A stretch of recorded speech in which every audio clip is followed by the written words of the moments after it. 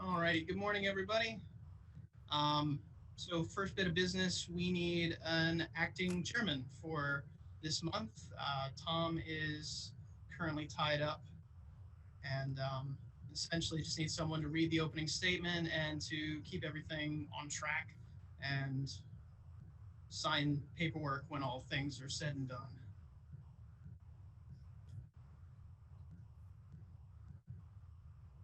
Any takers?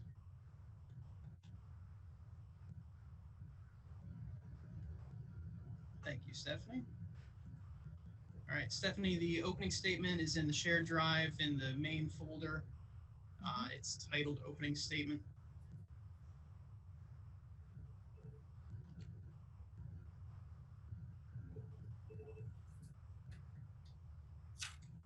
Yep.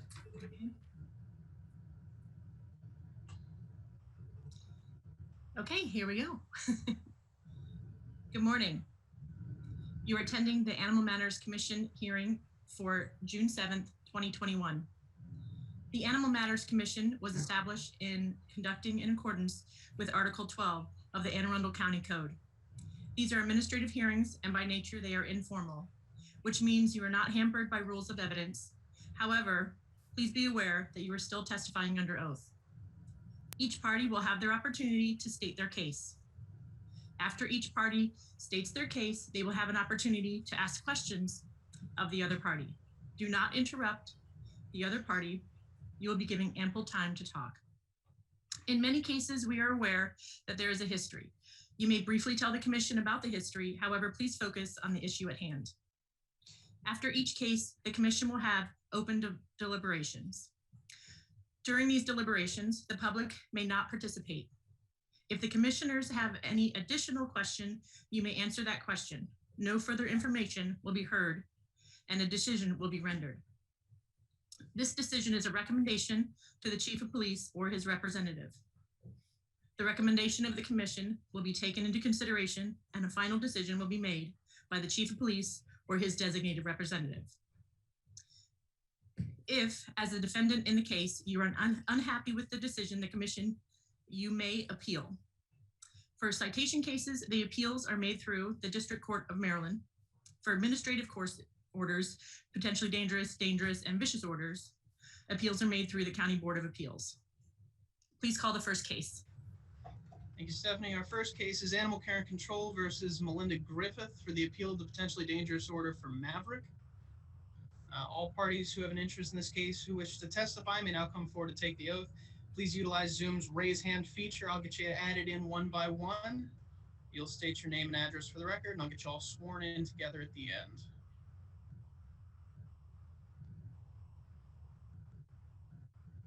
Let's see, we got Mr. Wayne, bringing him up.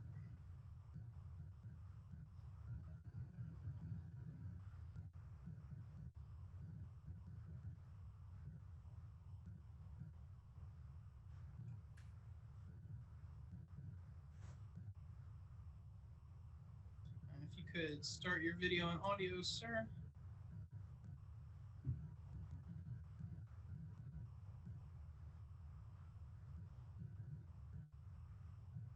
There we go.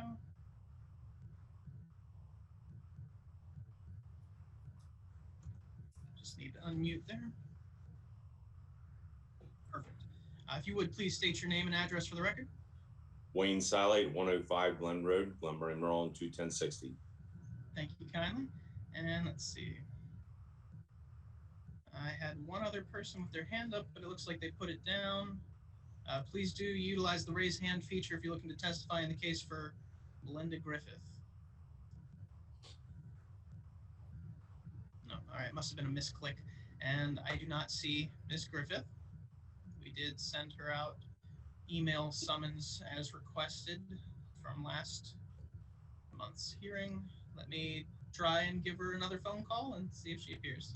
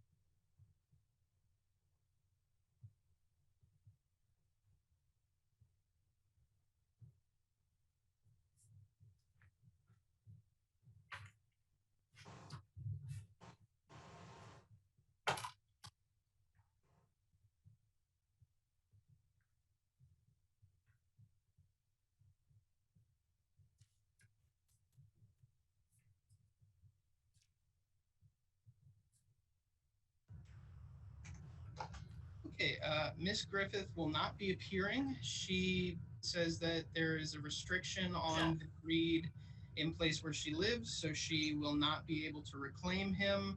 She's going to reach out to the bite department to discuss rehoming him out of county. So she will not be. Are you kidding me?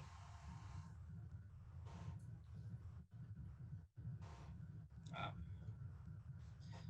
so I suppose we would move forward with dismissal, or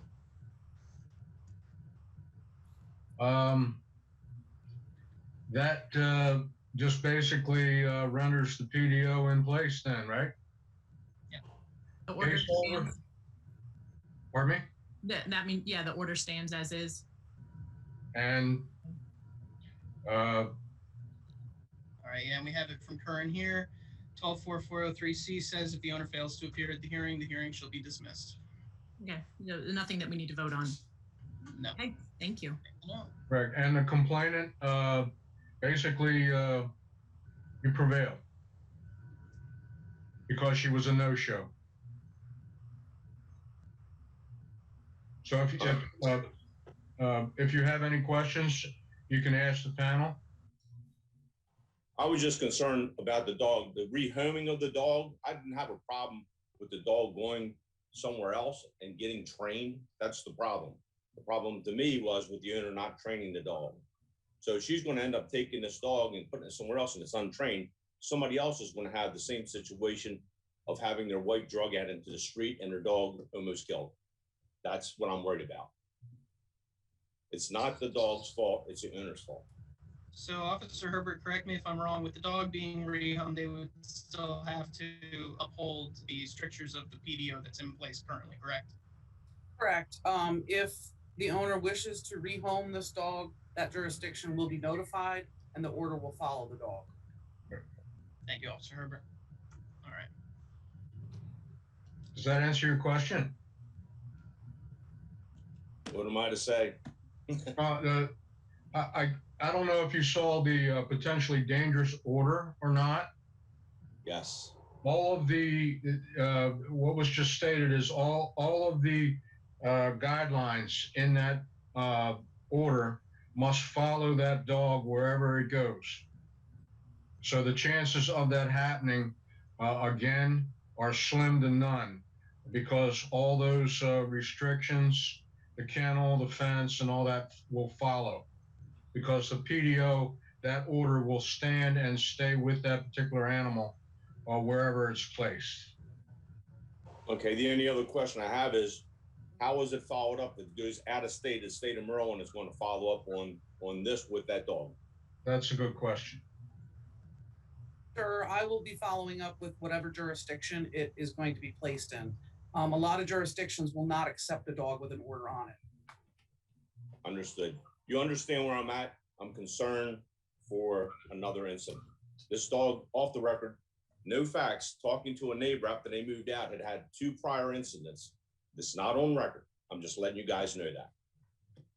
That's just hearsay, but the guy would not lie to me. I found out with it after the incident. That's why I'm very, very concerned. Understood. Okay. And we're on record, and thank you. Thank you.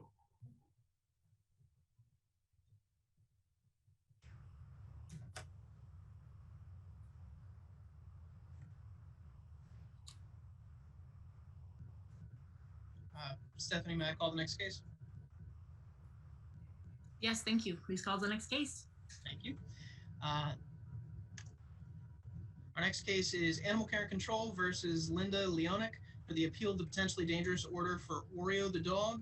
All parties who have an interest in this case who wish to testify may now come forward to take the oath. If you would please utilize raise hand feature. I'll get you added in one by one. You'll state your name and full address for the record, and then I'll get you all sworn in together at the end. All right, so we have Miss Leonic here. Bring her up.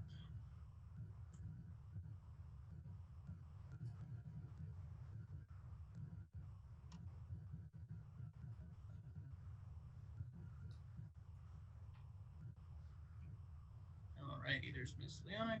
Perfect, got the video. Let's ask to unmute that audio. Oh, my bad. There we go. Can you hear me okay? Yes, sir. Perfect. If you would please state your name and full address for the record.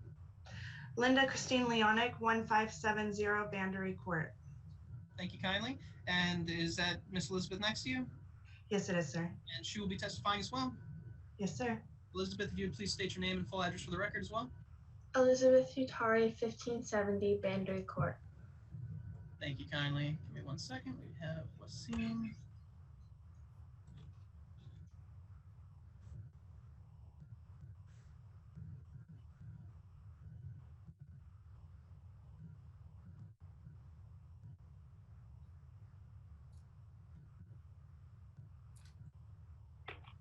Can you hear me, sir? Yes, sir. Thank you. If you could please state your name and full address for the record. Wasim Khan, Ambling Circle, Crofton, Maryland. Thank you kindly. Hang out just 1 second. We have Omina Ashan.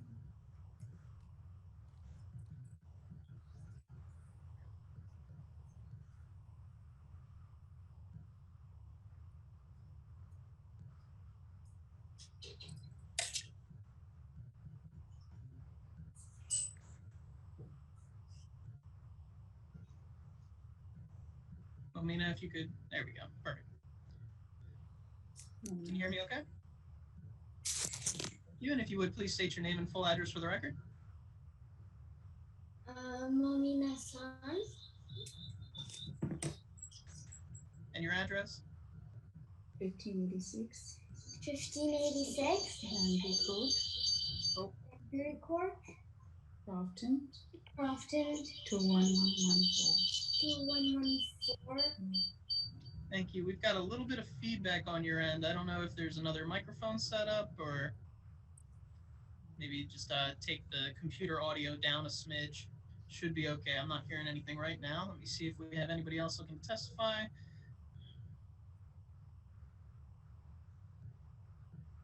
Let's see. Usha Khan, I believe, is part of this case. Let me bring them up.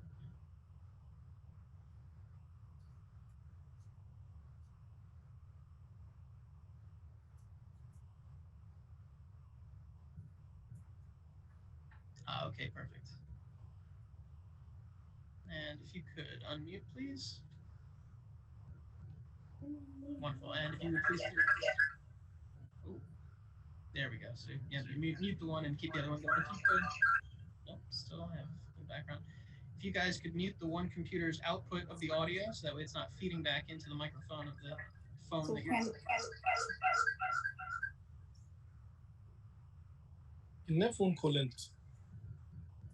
Can we join like on one device? Yeah, if you keep the audio coming out of just the one device so you can both hear it, and then Okay. that should work okay. State your name and full address for the record. This is Basha Khan, 1586 Banji Court, Crofton, 21114. I'm Momina's mom. Thank you kindly. And I'm going to get you all sworn in. I just need an affirmative at the end of this. If you would please all raise your right hand. Yep. Do you declare and affirm under the penalties of perjury the testimony you're about to give is the truth, the whole truth, and nothing but the truth? Yes. Affirmative. Yes. All right, thank you all kindly. Please just remain muted until called upon to speak. And I believe we are ready to proceed. Thank you. Okay, do we begin by hearing from Officer Herbert? Good morning. Morning. I need to be sworn in, please. My apologies, Officer Herbert. If you would please state your name and address for the record. Officer Herbert, 411 Maxwell Fry Road, Millersville, Maryland, 21108. Thank you kindly. And do you declare and affirm under the penalties of perjury the testimony you're about to give is the truth, the whole truth, and nothing but the truth? I do. Thank you. Good morning, everyone. On Monday, May 3rd, 2021, Anne Arundel County Animal Care and Control's Public Safety Department received a human exposure report via the 911 communications room across the street regarding a dog bite to a juvenile. I, Officer Herbert, then contacted the victim parent, Hassan Ahmad, who advised the neighbor's dog while running loose attacked his daughter, Momina Hassan, a juvenile. Momina was transported by family members to the Anne Arundel Medical Center in Annapolis, Maryland for treatment, resulting in 4 sutures to repair the bite wounds to her left leg and buttock. Witness statements were requested from the victim's parents and family members that were present during the incident. Medical records for the victim were requested through the Anne Arundel County Health Department. A history check listed on the exposure report for the owner of the dog was performed in both the animal care and control system and the CAD police system with negative results. A voicemail message was left with the dog owner listed on the exposure report, Miss Linda Leonick, to contact Officer Herbert. After making contact with Miss Leonick, the dog's owner, I advised that May 1st, 2020, I'm sorry, Miss Leonick advised that on May 1st, 2021, her dog Oreo, a pit bull type border collie mix, black and white in color, had accidentally escaped her residence while she and her daughter were bringing groceries into the house, and that her daughter Lizzie went to retrieve the dog as soon as she realized the dog was not inside the home. I advised Ms. Leonick that under the Anne Arundel County Code, Article 12.4.402A, 1, 2, and 6, Public Safety, and Article 12.4.905, Animals Running at Large, and due to the severity of the injuries to the juvenile victim, her dog Oreo must be brought to the Animal Care and Control Shelter to complete the 10-day quarantine period for the human exposure, as well as the investigation into the incident that occurred on May 1st, 2021. Ms. Leonick was cooperative and agreed to bring Oreo to Animal Care and Control on May 4th at 10 a.m. Ms. Leonick was given a copy of the paperwork stating she is claiming Oreo at the time of her appointment. Between the dates of May 3rd and May 5th, 2021, Officer Herbert obtained witness statements from the juvenile's victim's uncle, aunt, grandmother, and the aunt's daughter. And I can read those to you. Wasim Khan, and I apologize if I'm mispronouncing anyone's name. The uncle, hello, my name is Wasim. This email is regarding the incident that happened on Saturday around 6:30 p.m. on May 1st, 2021. I went to my aunt's house to drop off some food, and when I arrived at her house, she was sitting outside with her daughter and granddaughter. So I went up to her and started talking for about 2 minutes. After that, I went towards my car. As I was sitting in my car, the dog came towards me, so I shut the door. Then the dog went toward my aunts and her daughter. The dog tried to attack all of them, but somehow he only got to attack Momina. He bit her on her legs and back, and then the owner came running and took the dog. So when we saw her wounds, we rushed her to the hospital. If you have any questions, please contact me. I have Momina's statement. Good afternoon. This is Momina Hassan. I am 9 years old. I am writing this email regarding what happened with me on Saturday evening around 6:30, May 1st, 2021. I was sitting in front of our house with my grandmother and aunt, and then my uncle came to our house to drop food, and my uncle started talking to my grandmother. When he was about to leave, this dog came from somewhere and first tried to attack him, but he shut his car door.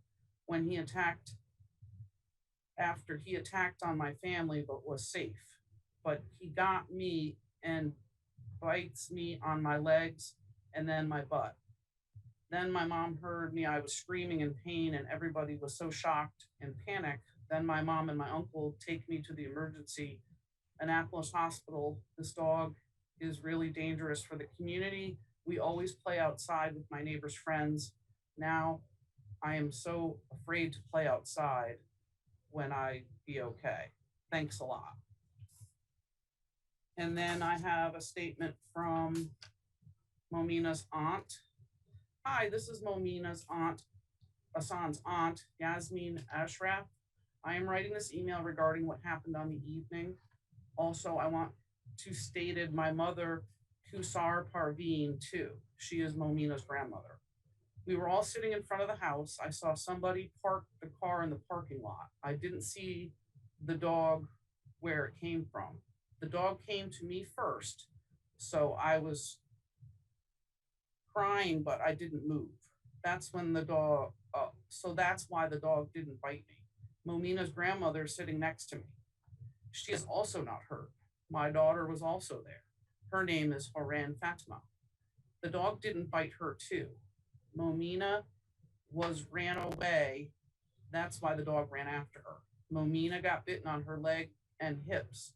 So my cousin Wasim Khan went with my sister-in-law to the hospital. My cousin was also there just to drop the food. He said the dog came to him, but he quickly went in the car, so he saved himself. Now my niece and my family is scared playing outside because in this community, everyone have dogs. Thank you very much. Have a great night. Sincerely, Momina's aunt. On May 5th, 2021, a public safety packet was sent via email to Linda Leonick, and on May 7th to Ms. Leonick's landlord, Carolyn Hosch. The packet also included an example of a potentially dangerous order and the Animal Matters Commission hearing instructions and the appeal form.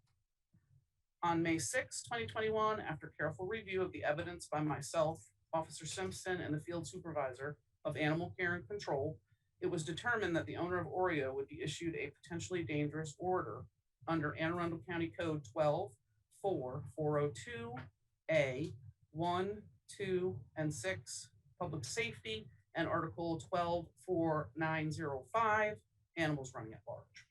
On May 7th, 2021, I, Officer Herbert, responded to Ms. Leonick's residence at 1570 Bandery Court, Crofton, Maryland, 21114, to issue the potentially dangerous order, go over each line item of the order, and perform a pre-inspection of the property.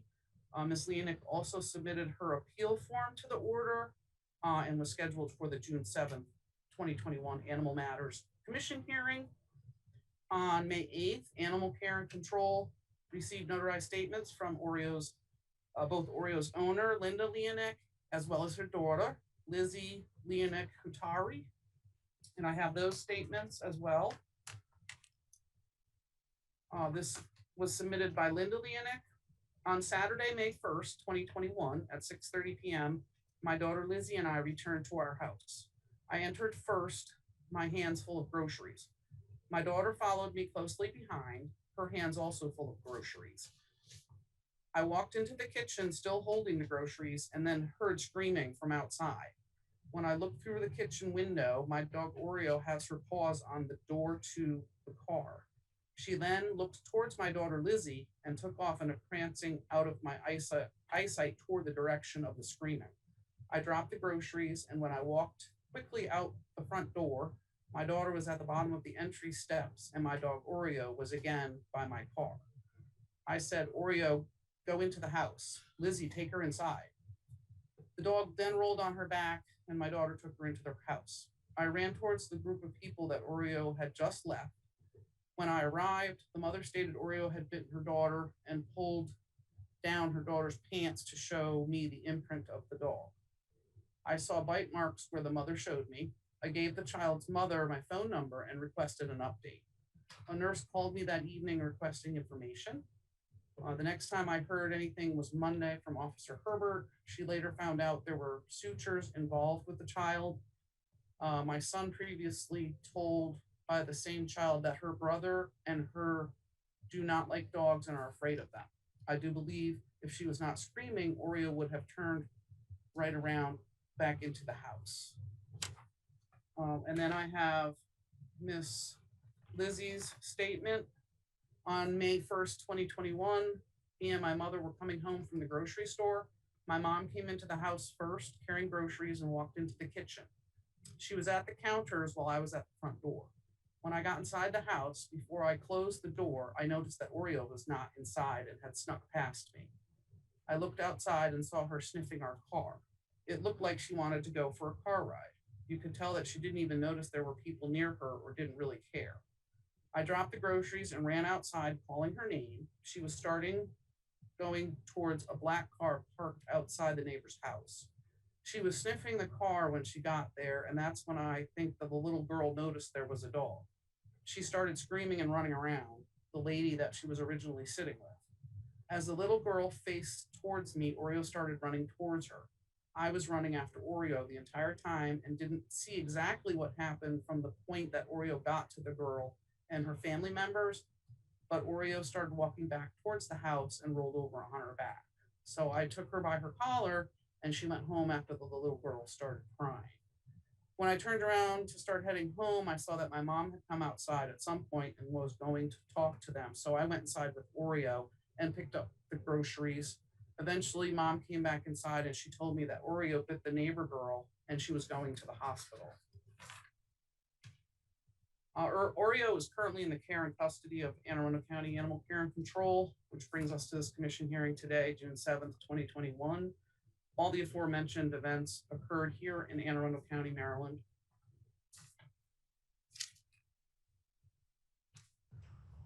Thank you. Okay, thank you. We'd like to hear if there's anything else that, I'm sorry, go ahead. So sorry to jump in. I actually have two more people looking to get sworn in. Okay. I'm going to bring them up now. Got Yasmin. Bring her up here. I believe that's Miss Ashraf.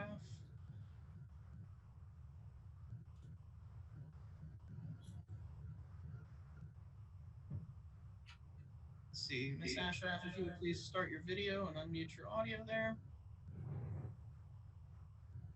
Oh, okay, we have you there on Momina's feed. Perfect. If you could unmute that, if you would please state your name and full address for the record. Yasmin Ashraf, 1586 Banbury Court, Crofton, Maryland 2114. Thank you kindly. Hang out for just 1 second. I'm going to get you sworn in. Let me just grab RH Zeta. Sorry, I'm probably butchering that name.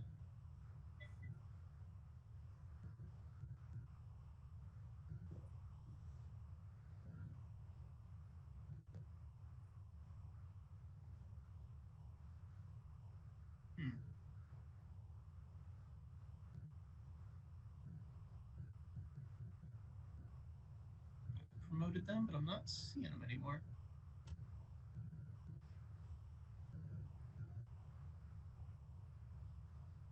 And that's not a name I have on my list of witnesses. Officer Herbert, do we have anybody by the last name Zeta? Z-A-D-A? No, sir.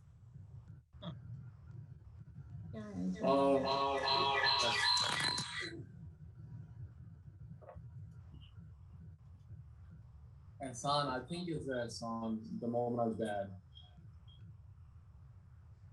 I'm sorry, say that again, sir. I can't quite hear. The moment I was dead. I think it's a different name on it when I sign in. It comes a different name on it. Okay. So, I don't know. Oh, here we are. They're back. Promote them up.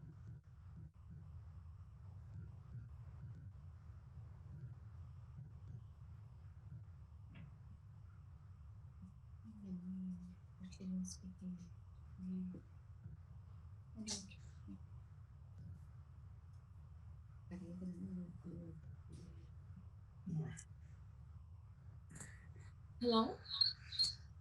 Yes, ma'am. Yes, I have a question. My mother, she's also with me, but she's upset, but she doesn't speak English. So, does she come like here, or is it fine? I mean, if you have someone who can relay the information to her, it should be fine.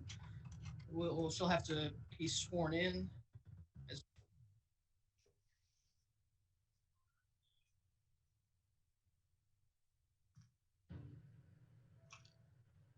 Philip, I'm not sure how this works in a commission hearing, but I know in a regular court hearing, you can't swear someone in unless it's through a licensed court interpreter, simply because no one can verify what's being translated. Fair enough. Curran, with this being an informal hearing, you got any input on that one, if you don't mind?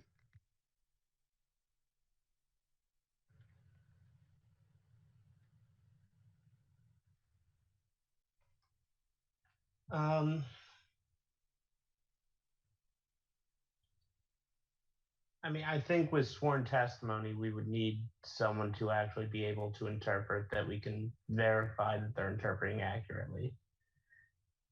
Okay, so no, ma'am. Unfortunately, we would not be able to have her testify. My apologies. All right, so Ms. Yasmin, if I could go ahead and get you sworn in, if you would please raise your right hand, state your, or no, you already stated your name and address, that's right. Do you declare and affirm under the penalties of perjury the testimony you're about to give is the truth, the whole truth, and nothing but the truth? Yes. Thank you kindly. All right. Sorry to butt in with that, Stephanie. We can proceed. Okay. So as everyone knows, we've heard from Officer Herbert a summary from both parties. We have a lot of witnesses here supporting. What I'd like to start with is maybe Momina's statement herself or from her parents, and try to stick in the beginning, at least here, to actual witnesses of the incident. So to begin, can we hear anything else that you would like to add to Officer Herbert's summary of the statements? So you don't have to testify, you're here as support, but if you have other things that you would like to add to the statements that, as described by Officer Herbert, we'll begin first with Momina and or her parents. Thank you.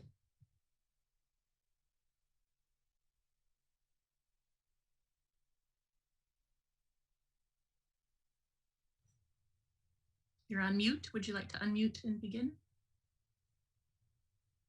Mom, you mute your mic. I see what happened. Tell them what happened. Okay. I was outside playing, and I was outside, and then I was with my aunt and my grandmother, and then I saw the dog first on my uncle's car, and then he shut the door, and then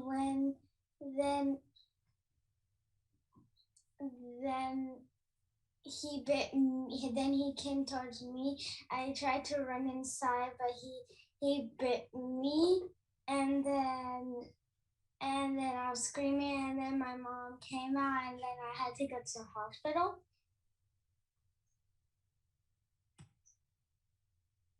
Okay, thank you. Anyone else would like to add additional information or witnesses of the bite incident?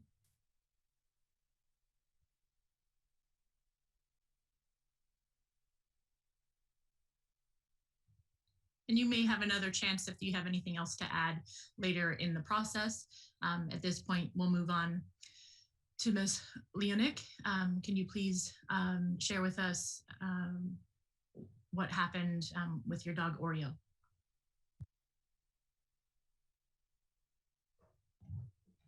Sorry, I had to learn how to unmute from my daughter right now. I didn't hear the last part of that you said. I'm sorry. Just if there's anything else that you'd like to share of the incident with your dog Oreo. Yes, ma'am. So first off, I want to apologize that this happened in the first place. We feel so horrible that Momina had to deal with this and she got bitten. So we are also more than willing to pay for any of the hospital bills that occurred. And I actually wrote a card, but my anxiety and my fear, since I hadn't talked to the neighbors, I never gave the card, but I do have a card that we're more than willing to pay for anything that you accrued. During the incident, I did not see what actually happened. I was in the kitchen for the majority of the time, and all I heard was when I looked out of my window, I saw my dog, and then I saw her leaving, and I heard screaming and rushed to the front door. And by the time I got there, the incident had already occurred. And we by no means think that this is okay. We know by no means think that it's all right for Oreo to have done this. She does not normally get out of the house. We have two dogs and we usually have them back up and sit down, and we just weren't in the right state of mind, I guess, coming in that day to where she didn't back up and she had snuck past my daughter. But that is all I really had for this portion. I have a final statement at the end that I wanted to say, though. Okay, thank you. Thank you. Is there anything else that anyone on either side, a victim or defendant side, would like to add this time? This is also transitioning to a time where the commissioners have a chance to ask some questions, and we'll continue further. Anything else at this moment before we move on to questions? Okay, do any commissioners have any questions that they like to ask either party? I do. It seems like this is a very civil situation between the parties. There's no contentious, I don't see anything contentious between them. So my question is, we realize that this situation has to have some safeguards so it never happens again. So my question would be, with the potentially dangerous order, are there any amendments that you would suggest to that? You have appealed, but obviously we need some assurances that it would never happen again. And that's why I asked that. There might be some contents in the potentially dangerous order that you may not be able to comply with. So, if there's anything that we can do to keep the situation from occurring again, but also maybe amend that, we'd like to hear from you. And ma'am, it's my understanding you are active duty military, right? And you will be leaving the area soon? Yes, ma'am. Yes, ma'am. I'm set to transfer in April of 2022, and we are currently renting the home that we live in. I'm not sure where I'm going yet.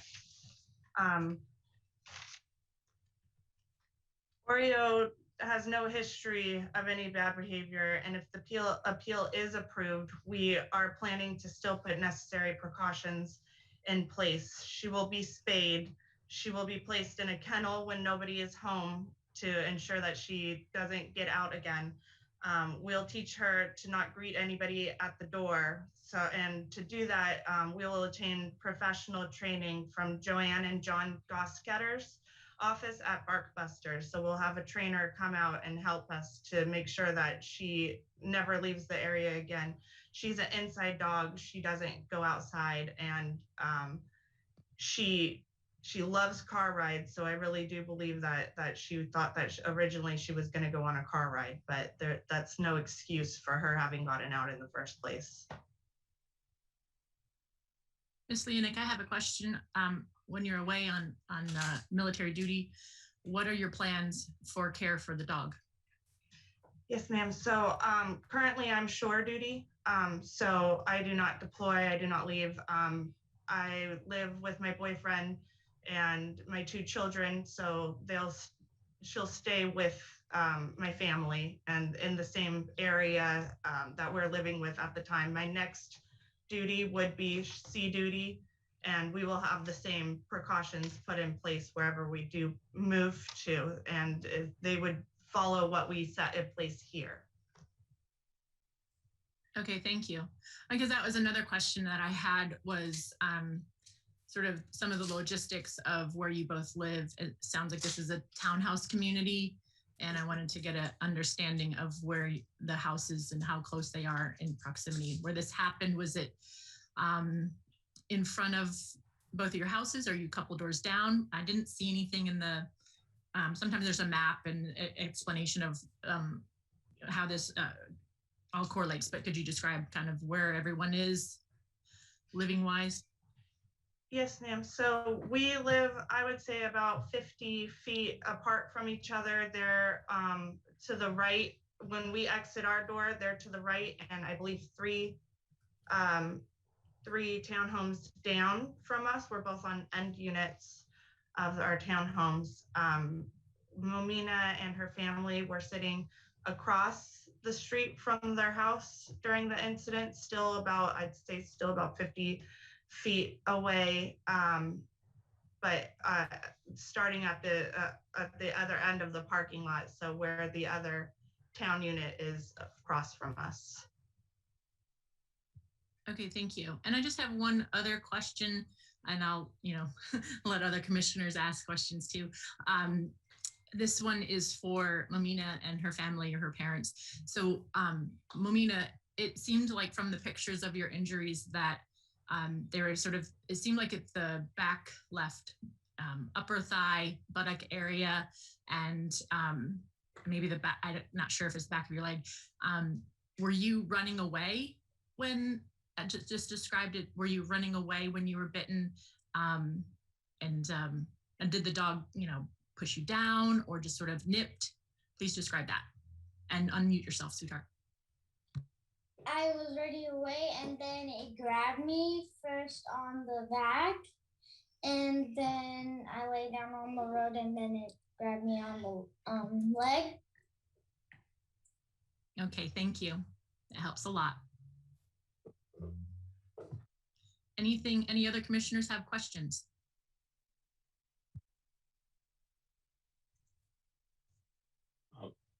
I'm not sure if I may have missed it. It seems like the owner of the dog, she's trying to comply as much as possible. What was the thing she was trying to appeal, just to get the potential order taken away, or is there something in particular she's trying to appeal in the potential order? Did I miss that? Sorry, sir. Yes, I'm trying to appeal the entire order. I'd respectfully like to appeal Oreo's potentially dangerous order based on the determining factors found in Anne Arundel County's Code 12-4-402E, determining factors that the agency can decline the issue of the citation if it finds that Oreo was provoked and protecting or defending my daughter who is in the immediate vicinity. So I do believe that with the screaming and the running away, that though unintentional completely, did provoke Oreo. Additionally, if the order is the appeal is not approved, Section 3 of the potentially dangerous order states to reduce the possibility of your animal having access to public when outside unattended, you must build a fence. However, Oreo is never outside unattended. The prices of wood have currently quadrupled with the wood shortage. And we currently rent the home and we are planning on leaving within a year. So we are willing to comply and build a fence if we need to in the backyard. We actually have a fence estimate coming on Friday, but this will additionally cause a financial hardship for us. And she does not, we have a little deck in the backyard with a mounted fence on it that we had previously. She would go out back. We would not allow her to go out back at all, period, at all. If we can modify the fence building to not include it, appeal the fence.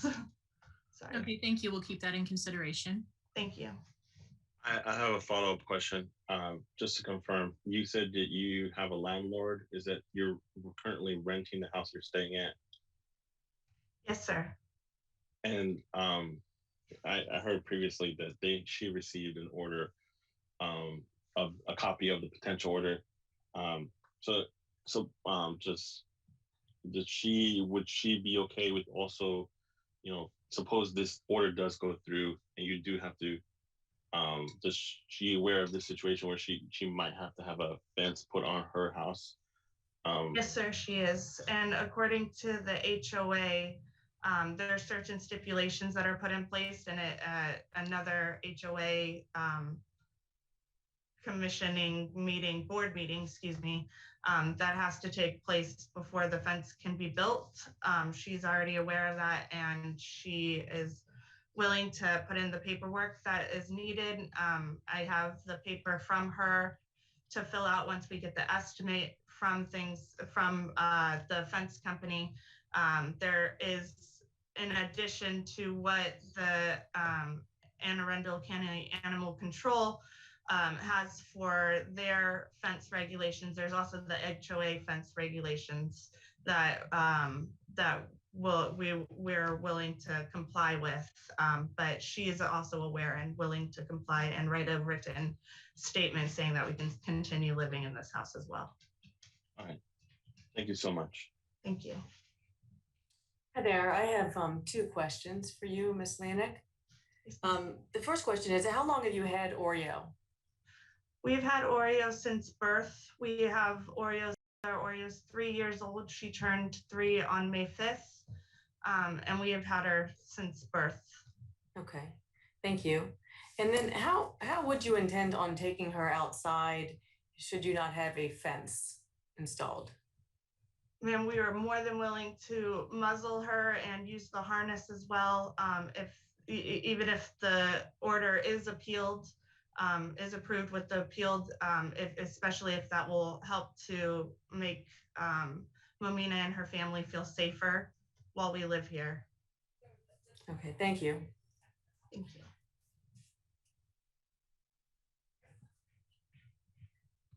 Does any commissioner or attendee have any other thing to add before we break for deliberation? Ed? Yeah, there is a part in the potentially dangerous order that states that if you're unable to meet the fencing requirements, that you must build and maintain a locked enclosure, a kennel. Is that more of a possibility rather than incurring the expense of a fence there for you, Ms. Leonic? Sir, unfortunately, with how big our backyard is, we would not be able to meet those, what's regulated in that enclosed structure. And I have not asked the HOA, but I would not believe that they would allow that in the area as well. But I do not know for sure because I didn't ask the HOA, but we do not have a 10 by 10 foot area in our backyard. Oh, okay. Anyone, anything else? Okay, at this time, we're going to close to public comment and the commissioners will have open deliberations. At this time, you cannot add anything unless you're called upon for additional questions, and then we will render a decision. Thank you. Okay, maybe let's start with Ed. Can you start and give us your opinion here? Yeah, I'm glad to see that, as I stated before, that there's no contentious activity between the parties. I honestly believe that the owner of Oreo will certainly make sure that this never happens again. But as I say that, I really, really don't think that the order should be lifted. If anything, amended from where it is now. But I'm at a loss to the fencing, the kennel is not something they can do. The fencing raises a lot of questions, but there has to be something in place to keep the dog from doing this ever again. I mean, there was a young child, they're outside playing, and they will be making noise and giggling and screaming and stuff. And we as a commission, animal care and control, we must ensure that the safety of the public remains in place, and that it never should happen again. So I do believe that the PDO should stay intact to a certain point. And I, like I said, I'm at a loss to figure out how, other than to keep the dog in the house, add that, but they like to take it on rides and things. I'm at a loss to figure out how to keep this from happening again if we remove number 3, and I'm at a loss to suggest an alternative. The dog has to be kept, from escaping, either from getting in the car. They should be leashed anyway. If you're going to take it on a ride, you should have it on a leash. The muzzle requirement is okay, but in this case, they were bringing groceries into the house, and of course, the dog got out in the process. So we need to take a hard look at that and keep this from happening again. So I do believe the PDO should stay in place. So. Okay, thanks, Ed. Jennifer. I'm kind of echoing a lot of what Ed just said. I'm being new to the commission. I would want, I guess, some input on this. I want to say it's an unusual situation, but it's probably not, given the area that we live in.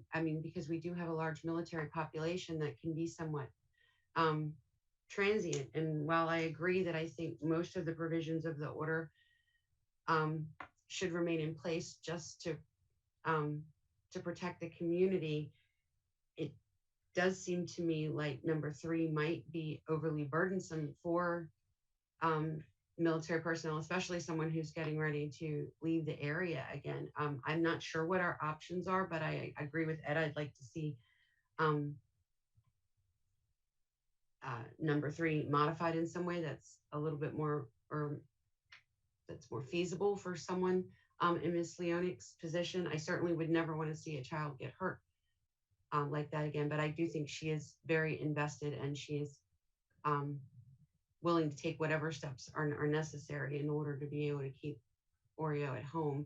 And there's been no prior instances. So I think I would want to keep the order in place with some modification or removal of number 3. Understood. Thank you. Matthew. I don't have a whole lot to add. I agree with Ed and Jennifer in that the PDO should definitely be upheld with modifications to number 3. I also think that, especially in this situation with the groceries, bringing them in, a secondary barrier would have been very useful. They could come in, close the door, and then proceed. So even if the dog got past them, they would have a secondary barrier to stop them. Very good. Thank you. Elizabeth.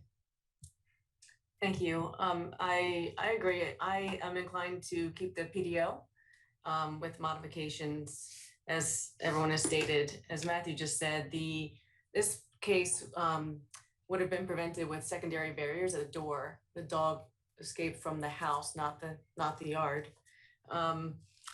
And so I think in the past we have done something. I mean, the dog is required to go outside on a lead or a harness and a muzzle, according to the order, correct? So, I mean, I feel that the defendant is responsible, as Ed mentioned, and being required to go out, every time the dog goes out somewhere, it's going to be on a lead, on a harness, and using a muzzle. So I feel pretty comfortable with that. In this case, the yard would not have been a preventative measure. The yard would not have prevented this from happening, the fenced-in yard. So those are my thoughts. Thank you. Very good. Gregory. I guess I agree with everyone. Everything I was going to say, everyone's already said. Definitely keep the order. It seems like the owner is willing to comply with everything. I agree with the fencing. If there's some way we can find some kind of way to, find a middle ground if possible, or remove it if that's the best option. But definitely still keep the order in.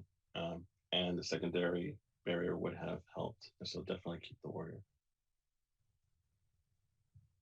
Great, thank you. And just to echo what everyone else has been saying, in my opinion, that it's unfortunate that this happened. It was an accident, so I can appreciate the responsibility of Ms. Leonick to go forward and make sure that this never happens again. I do feel like the potentially dangerous order does need to stay in place, just based on a high prey drive that, even if a child's running away, whether there's a loud noise trigger or not, but also because this resulted in stitches. And so I would not be comfortable for public safety in a, as all of us have stated, keeping the potentially dangerous order in place so that we have actionable availability to follow up in the future with a young dog that's 3 years old going forward. There is this potential, and that's what the order is for, to keep everyone safe. However, we all are in agreement that a secondary barrier of a dog slipping out the front door of this incident would have prevented this from happening. And again, we can be accommodating in some way. So I would be willing to discuss omission of item 3 of a stockade 6-foot fence being a rental unit, and then also transient as the military may be moving. So I feel like that makes a lot of sense. So I think we're all in agreement. Do we have a motion? Yes, Stephanie, I'll make a motion that the PDO remain intact with a modification to item number 3 that replace that with a secondary barrier be in place anytime that the house is, you can word it better than what I'm saying right now. Just omission of 3.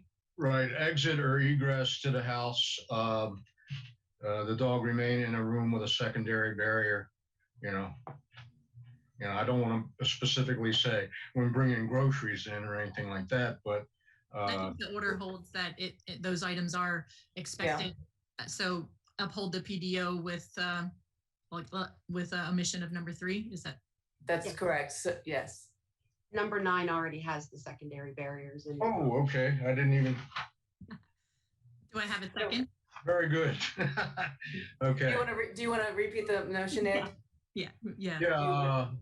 Make a motion PDO stands as is, except we omit number 3 and number 9 be highlighted.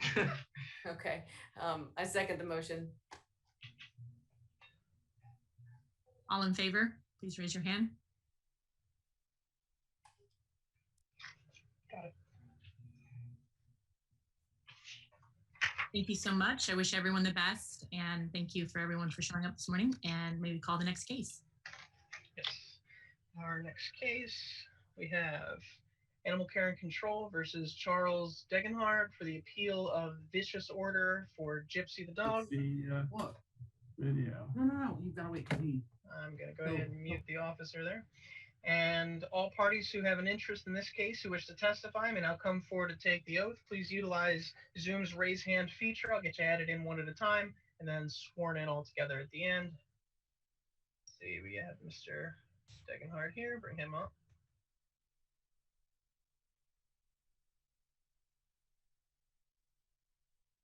And I think I have Officer Simpson this time. Let me rename that.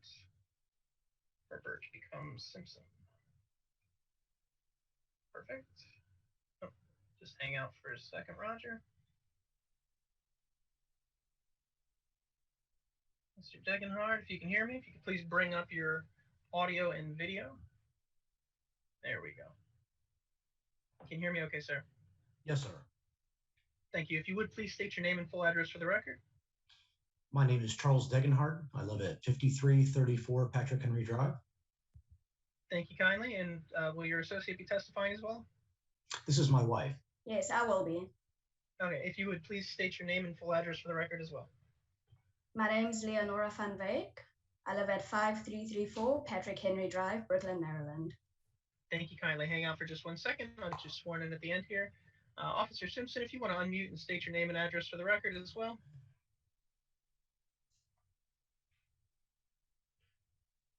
If you want to unmute, Roger.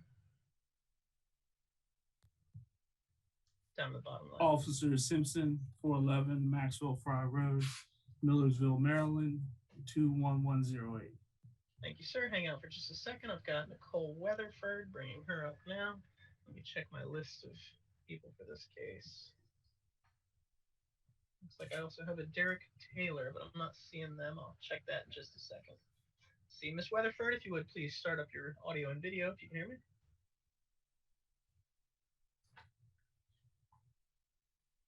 There we go.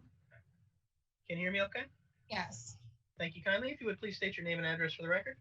Nicole Weatherford, 5337 Patrick Henry Drive, Brooklyn Park, Maryland, 21225. Thank you kindly. Is the gentleman with you testifying as well? Yes, that's Derek Taylor. Oh, okay, perfect. Mr. Taylor, if you would please state your name and address for the record. Derek Taylor, 5337 Patrick Henry Drive, 21225, Brooklyn Park, Maryland. Thank you kindly. And everybody, if you would please raise your right hand. There you go. Do you declare and affirm under the penalties of perjury the testimony you're about to give is the truth, the whole truth, and nothing but the truth? Yes, I do. Yes. That's everyone. Thank you kindly. Please remain muted unless called upon to speak, and we are ready to proceed. Good morning, panel. On May 5th, 2021, at 215 hours, the on-call officer, Officer Piccarelli of Animal Care and Control, received a call from Anne Arundel County Police Communications concerning an owned cat that was killed by the neighbor's two dogs, with County Police standing by at the location of 5334 Patrick Henry Drive, Brooklyn, Maryland, 212225. Upon Officer Piccarelli's arrival, police lettered to the owner of the two dogs in question, Charles Denard, owner of Gypsy and Midnight, both pit bull type mixes, female, black and white in color. Mr.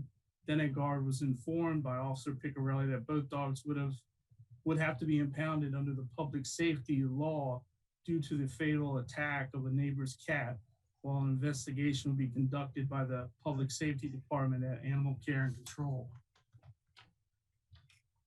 Both dogs were loaded onto Officer Piccarelli's van by Mr. Denegard as a mandatory impound. Gypsy ADS number 274076 and Midnight ADS number 274076. I'm sorry, 275, with the owner claiming both dogs. Officer Piccarelli then visited the owner of the deceased cat, Nicole Weatherford, at 5337 Patrick Henry Drive, Brooklyn, Maryland, 212225. Mrs. Weatherford advised that her cat, Tom Tom, a male domestic short hair, gray and white in color, was killed by Mr. Denegard's two dogs on their front porch. Mrs. Denegard was able to provide a security video of the incident to Officer Piccarelli. Before leaving the location, Officer Piccarelli also took photos of the deceased cat, Tom Tom.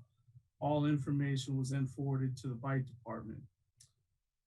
May 5th at 7:30 hours, Officer Herbert and I carefully examined both Gypsy and Midnight in the intake area of the animal shelter.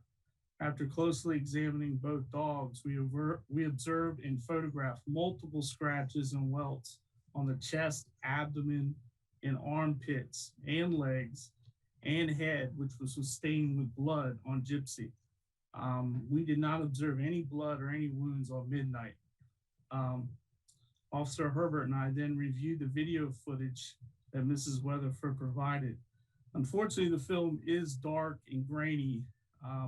We cannot 100% determine that both dogs in the video were Gypsy or Midnight, or how the dogs got into the fenced yard. Both dogs appeared approximately the same size and appeared dark in color. The video doesn't show the animal attack, but shows a dog carrying what looks like to be a large object in its mouth, trying to jump the fence, which we believe is Gypsy, with Tom Tom in her mouth, while the other dog slips out the fence gate to the front yard. The dog with the object in its mouth releases and then jumps over the fence and heads into the street. May 6th, I spoke with Charles Denegard by phone. He advised that early on the morning of May 5th, he had placed both Gypsy and Midnight outside in the backyard, which is fenced, to relieve themselves. Mr. Denegard advised he wasn't sure how the dogs escaped the yard. Mr. Denegard provided the following written statement of the fatal animal attack incident. To whom it may concern, late on Tuesday night, May 4th, our two black lab mixes escaped from our backyard. Our family and roommates searched for Gypsy for about an hour and a half and had no luck finding their whereabouts. When our neighbor knocked on our front door, at first we were excited because we assumed she was come to let us know if she had seen our dogs or where to find them. We were quickly disappointed to learn that she had seen them and that one of them had attacked her cat and ran off again. We were saddened by the news and very sorry. Shortly after, the officer located our dogs and returned them to us. They were not on leashes, and the officer said that they were well behaved and friendly. Gypsy was covered in scratches, but Midnight seemed to be in good health. We wish we could say the same for Tom Tom, who we learned did not survive. A few hours after our dogs were returned to animal control and came to our house to explain the mandatory 10-day quarantine they had to undergo, we were told there was a video and that we have not been shown, that we were not shown. This just depicts Gypsy hurting Tom, and there was no other option than to put them in the van. She then told us that they opened at 7 a.m. and we could come by and bring them their special food and treats, bed, and etc. But discovered upon the phone call the next day that regrettable due to COVID, no visits were allowed. We love our dog and we love them both very much, and we feel terrible of what our neighbors are enduring right now. We hope this account is useful, and please contact us further for anything else we can do to be reunited with our furry loved ones. Sincerely, Charles and Lenora Denegard.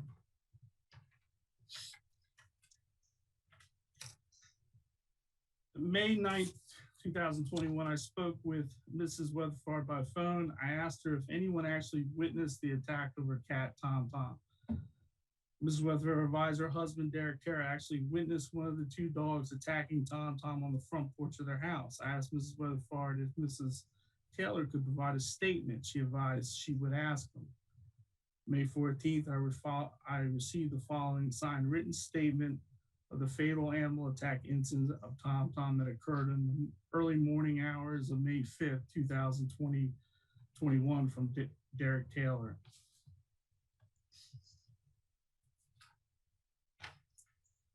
On May 5th, around 1:15 a.m., I heard a commotion out front my door. I thought someone was trying to break in.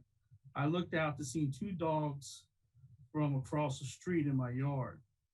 They both were coming off my porch. The one had the cat in her mouth.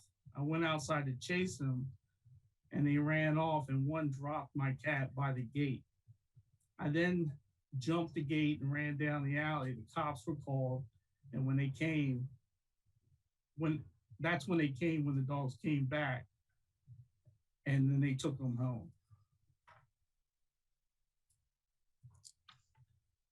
May 14th, after careful review of the evidence of the field by the field supervisor of animal care and control, Officer Herbert, and myself, it could be determined that it could not be determined if Midnight participated in the fatal attack of Tom Tom on May 5th, 2021. On May 18th, Midnight was released to owner Charles Zenegard with a warning letter for animals running at large. May 17, 2021, after review of the evidence by the field supervisor of animal care control, Officer Herbert, and myself, it was determined that the owner of Gypsy, Charles Denegard, would be issued a vicious order due to the public safety violations under Anne Arundel County Code Article 12.4.402A3 and 12.4.402A5, Public Safety, and Article 12.4.905, Animals at Large. May 18, 2021, I met with Mr. Denegard at Animal Care and Control. I advised Mr. Denegard his right to appeal the vicious order, and if the vicious order is upheld by the Animal Matters Commission hearing from that appeal, Gypsy would be subject to humane euthanasia without an appeal to the Board of Appeals.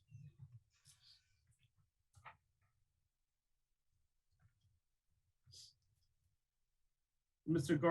Denegard then signed the vicious order, and I handed him an appeal letter that day. May 21st, 2021, I received the signed appeal letter from Mr. Denegard. Gypsy is currently in the care of Animal Care and Control, and Gypsy is currently in the care of Animal Care and Control.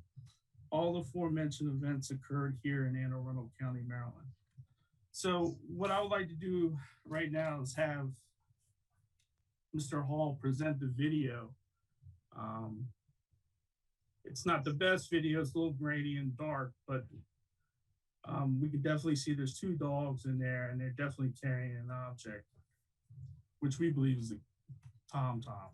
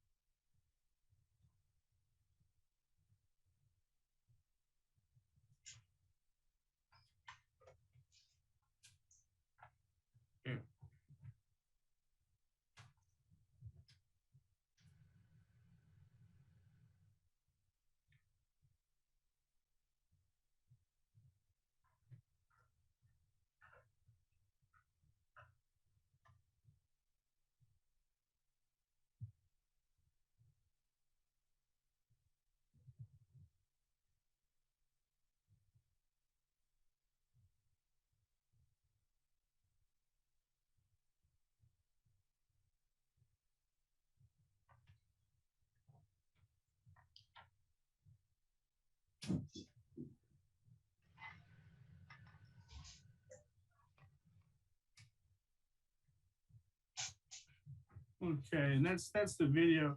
And I don't want to show each picture here, but I was hoping the commission was able to get a chance just to view these colored pictures of Gypsy, just showing multiple scratches, a possible bite on the head. It definitely shows that the dog had some kind of fight with another animal. And that's all I have right now.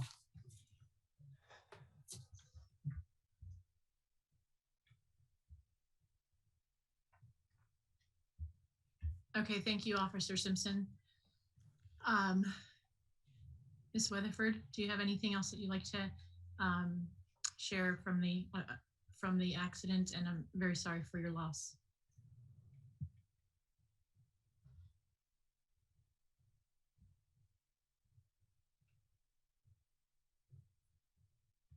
You're muted if you, I'm sorry. Okay.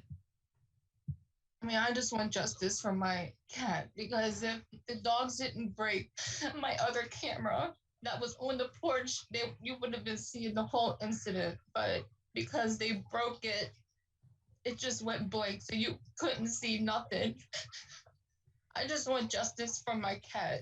That's all.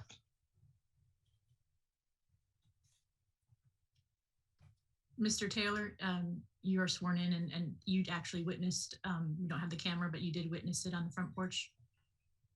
Yeah, I seen the two dogs on the front porch. And then when they was attacking the cat, I ran outside. I didn't know they really had the cat until they was trying to jump the gate. And then that's when I see the cat. Okay, thank you. Again, I'm so sorry for your loss. Is there anything else that you'd like to add? I mean, I did, because I mean, his dogs get out several times, and my daughter walks his dogs, and they are vicious towards animals, but not people. And it breaks my heart that this is even happening, but their dogs went after my neighbor's dogs prior to this, and they jumped 5 fences up to get to the dog, to the cat. Thank God Bear ran through a hole and got away. But I just want their dogs to be under control. Let them watch the dogs. That's all.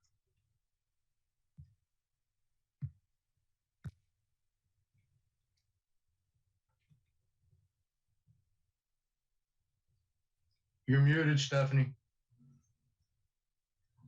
Thanks, sorry. Mr. Denegard, is there anything else that you'd like to share, Mr. and Mrs.?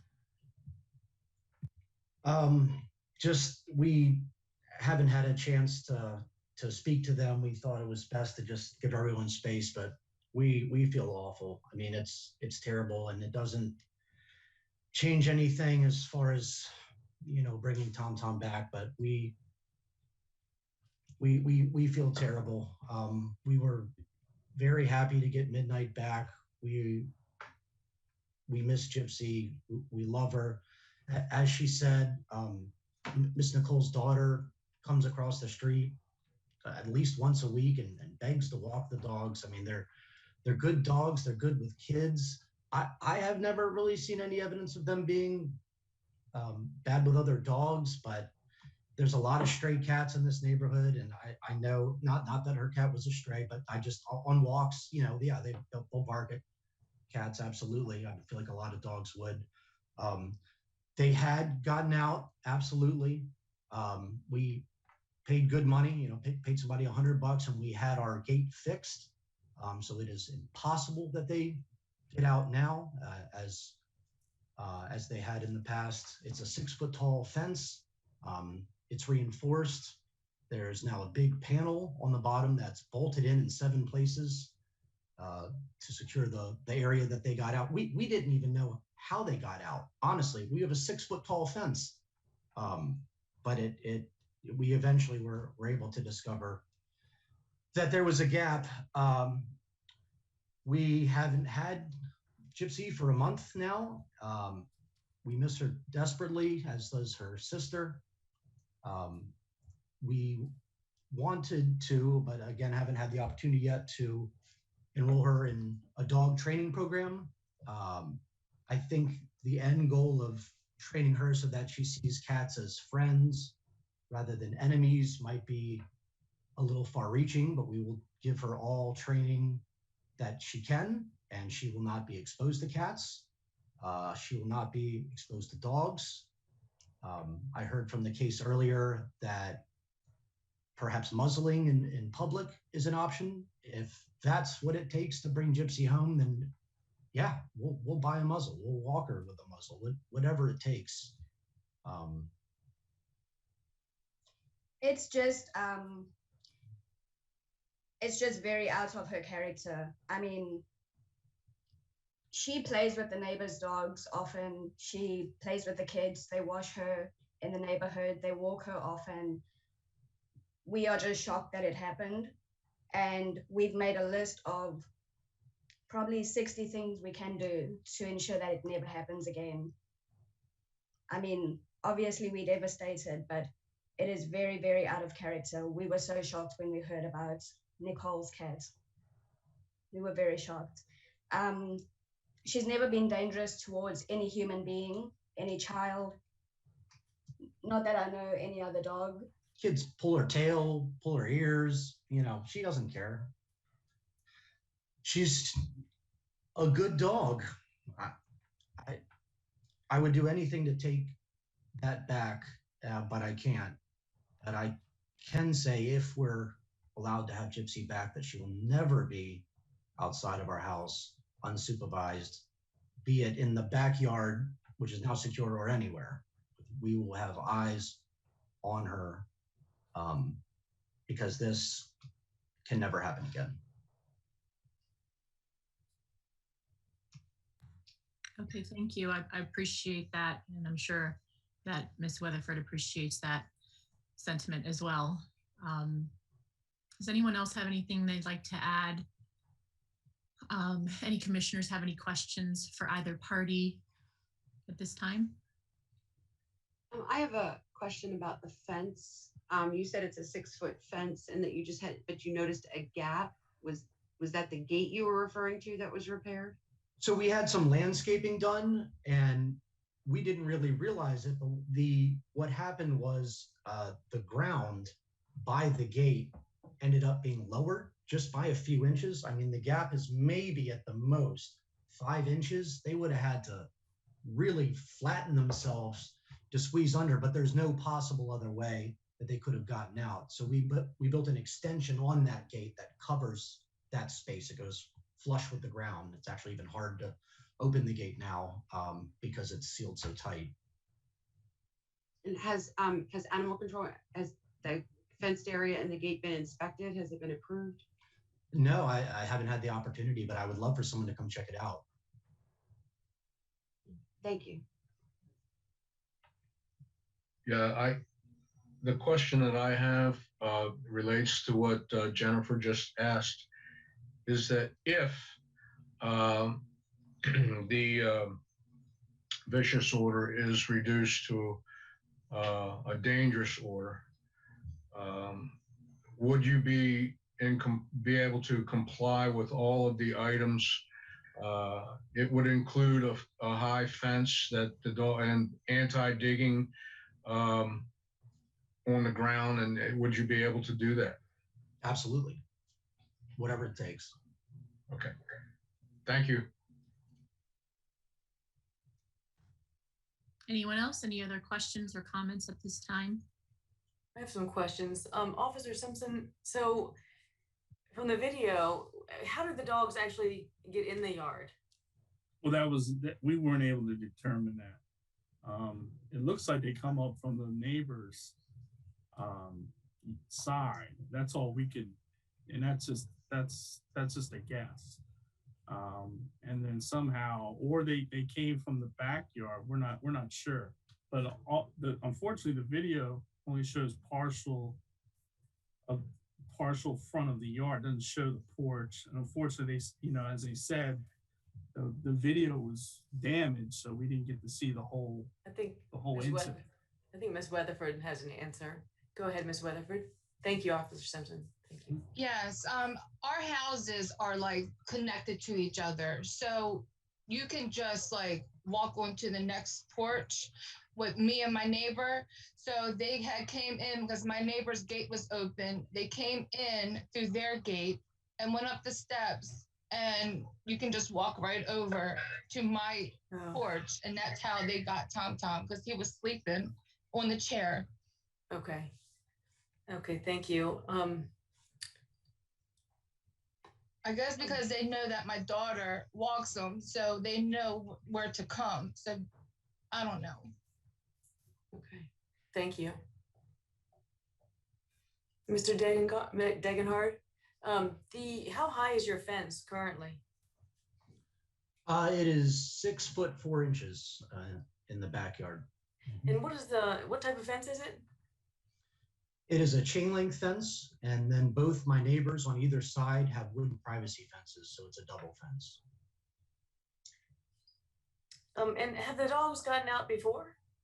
They have gotten out before, yeah. How long have you had them? I rescued them 2 years ago. Both of them together? Yes, yeah, they're sisters, Okay. litter mates. They've been together since birth. As a matter of fact, they can't even sleep without touching each other, and it's been really traumatic on Midnight, who we got back, that just walks around the house constantly looking for her sister that she's never been separated from. So our front yard does have much shorter fences. It's the backyard that has the taller fence, the 6 foot fence. Yeah, given everything that happens, they won't be out front without a leash under any circumstances, because that is a fence that they can jump and have jumped before. It usually resulted in a short chase around the neighborhood and then bringing them back. I mean, they've never previously expressed any violent intentions, but this is really an eye-opening scenario, and things obviously are going to be done different moving forward. When they've gotten out in the past, was it jumping the fence, or was it squeezing under something, or how did that happen? It had been them just simply jumping the fence, and except for this incident, 10 out of 10 times I would call them and they'd come running back. They listen very well, as she said. I mean, they're good with people, they're good with kids. I wish I knew what got into them that night. There's no excuse for it, but it's not their fault. They're not bad dogs.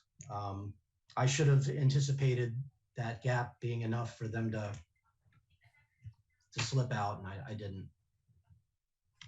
Okay, thank you.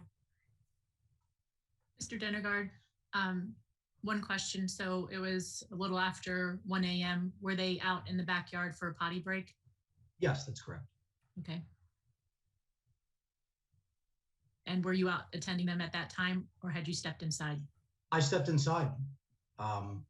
As I've done fairly regularly in the past with a 6 foot tall fence, I didn't imagine there was any way that they could get out, and I was sadly mistaken.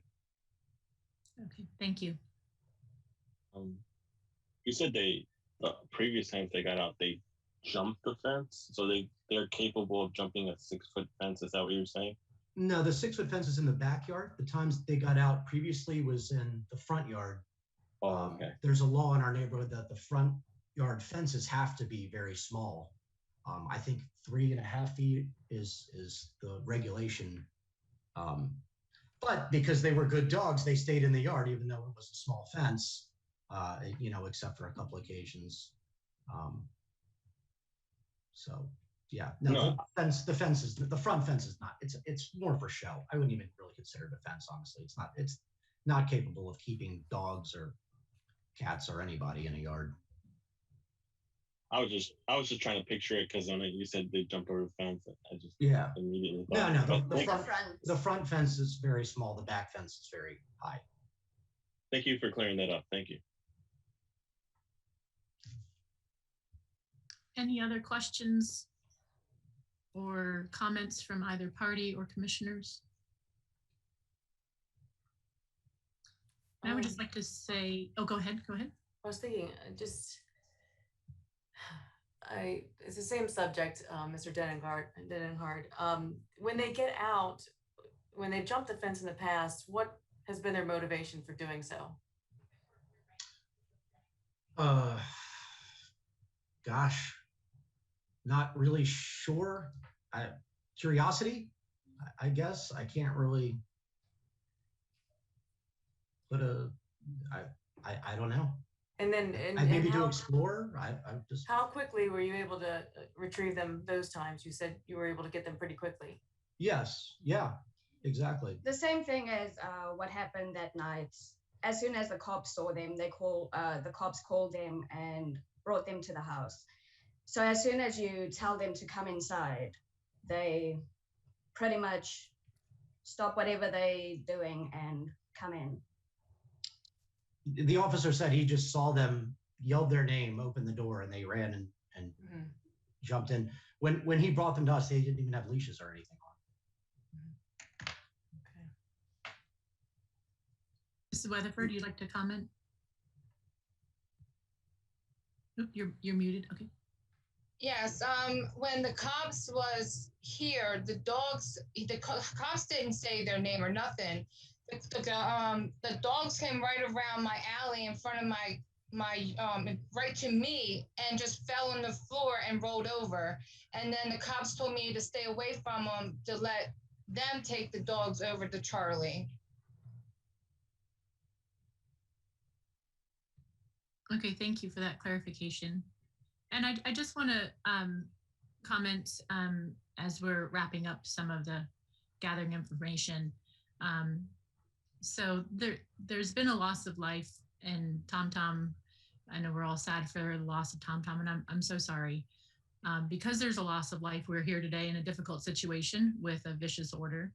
And the conversation has been about, I know Miss Weatherford commented, you would like justice for Tom Tom, and we would like public safety.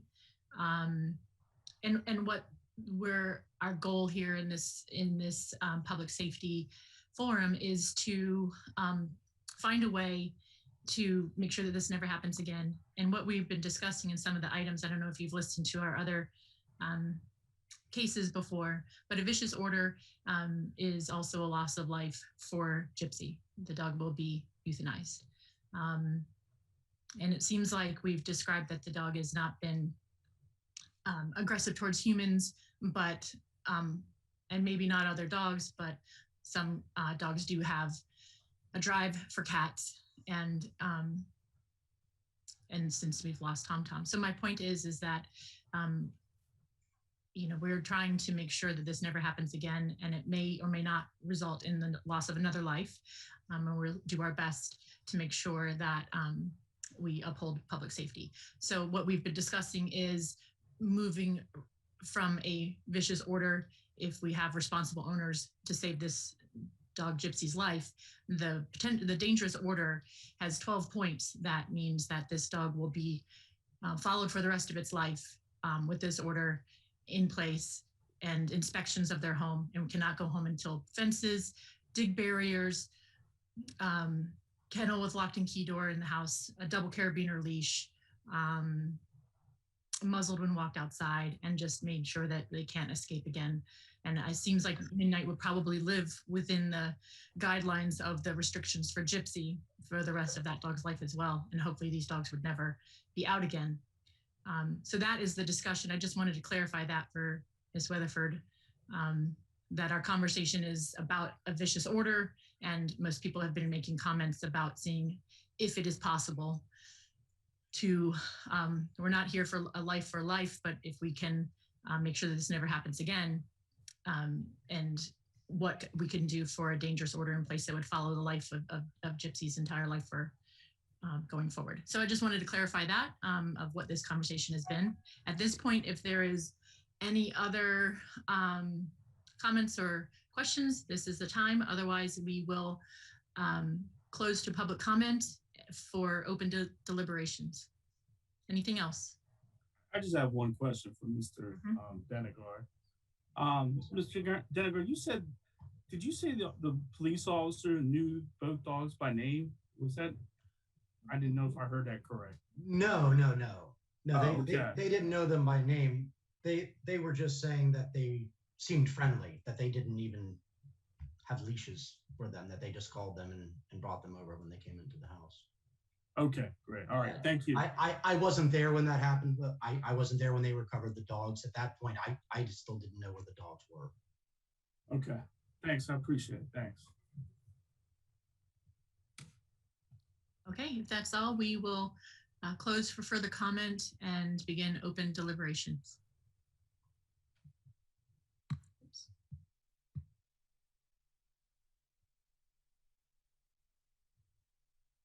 Okay, let's begin. This time, can we start with Elizabeth, please? Sure. Let's see. So this is a tough one. This is very tragic. This is I think there's no question that the dogs have prey drive and significant intent, which is the most disturbing part. I mean, there was some significant effort made. I asked about the fence and how they got into the fence to see the level of difficulty it was to get to the cats, to show how intentional the dogs were.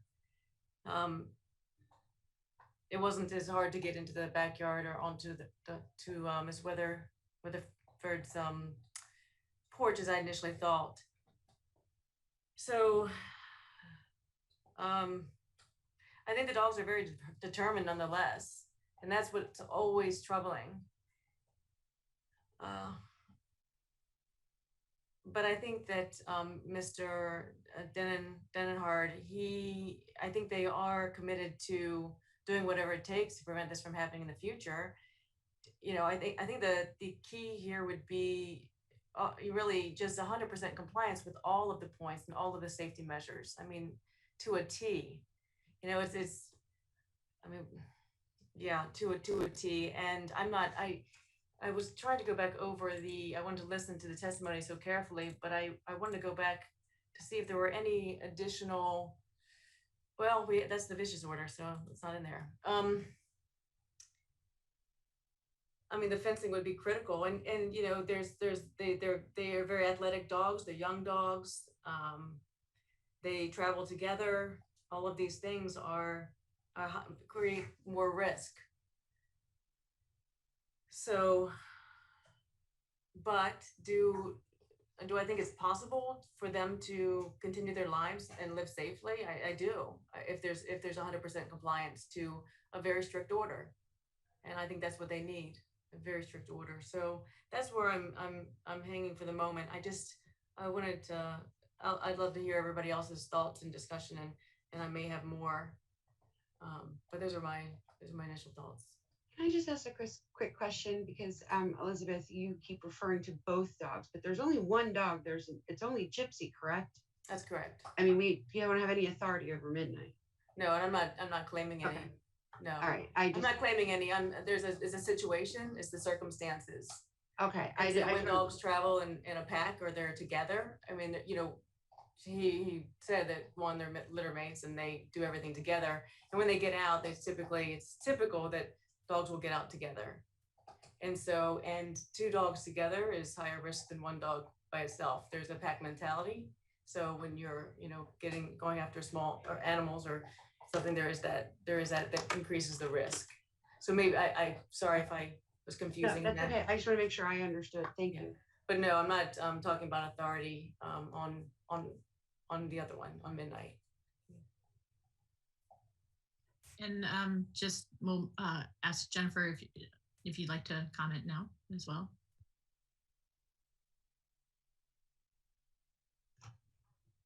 Okay. It's absolutely heartbreaking. You know, I own dogs and cats, and I really my heart breaks for Tom Tom's owner. I'm sorry that it happened. I sort of feel, you know, I feel bad for Gypsy too, because if I understood Mr. Denengard correctly, yeah, I understand the dogs had jumped the front fence before, but they had never gotten out of the back. And at the time he let them out, they were in the backyard. And I think he mentioned there was some landscaping done that just recently created that gap. And gosh, that just seemed like a perfect storm for these dogs. They otherwise would not have been able to get out of the backyard on this particular night. I guess I kind of agree with, there's been a loss of life, so it's,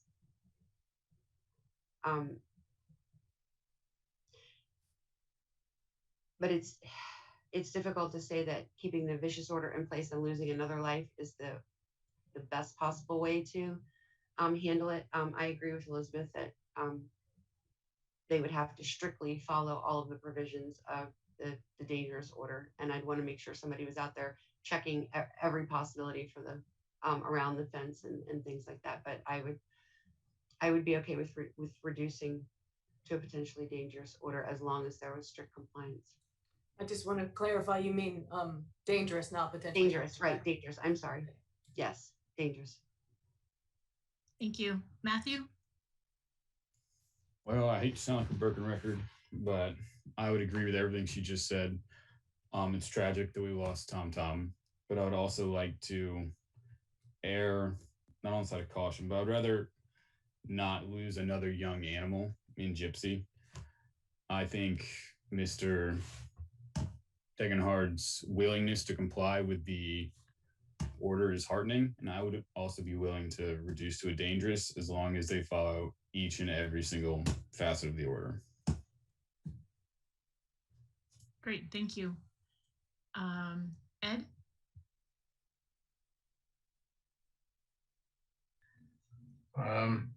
Yeah, there's little else to be said, really.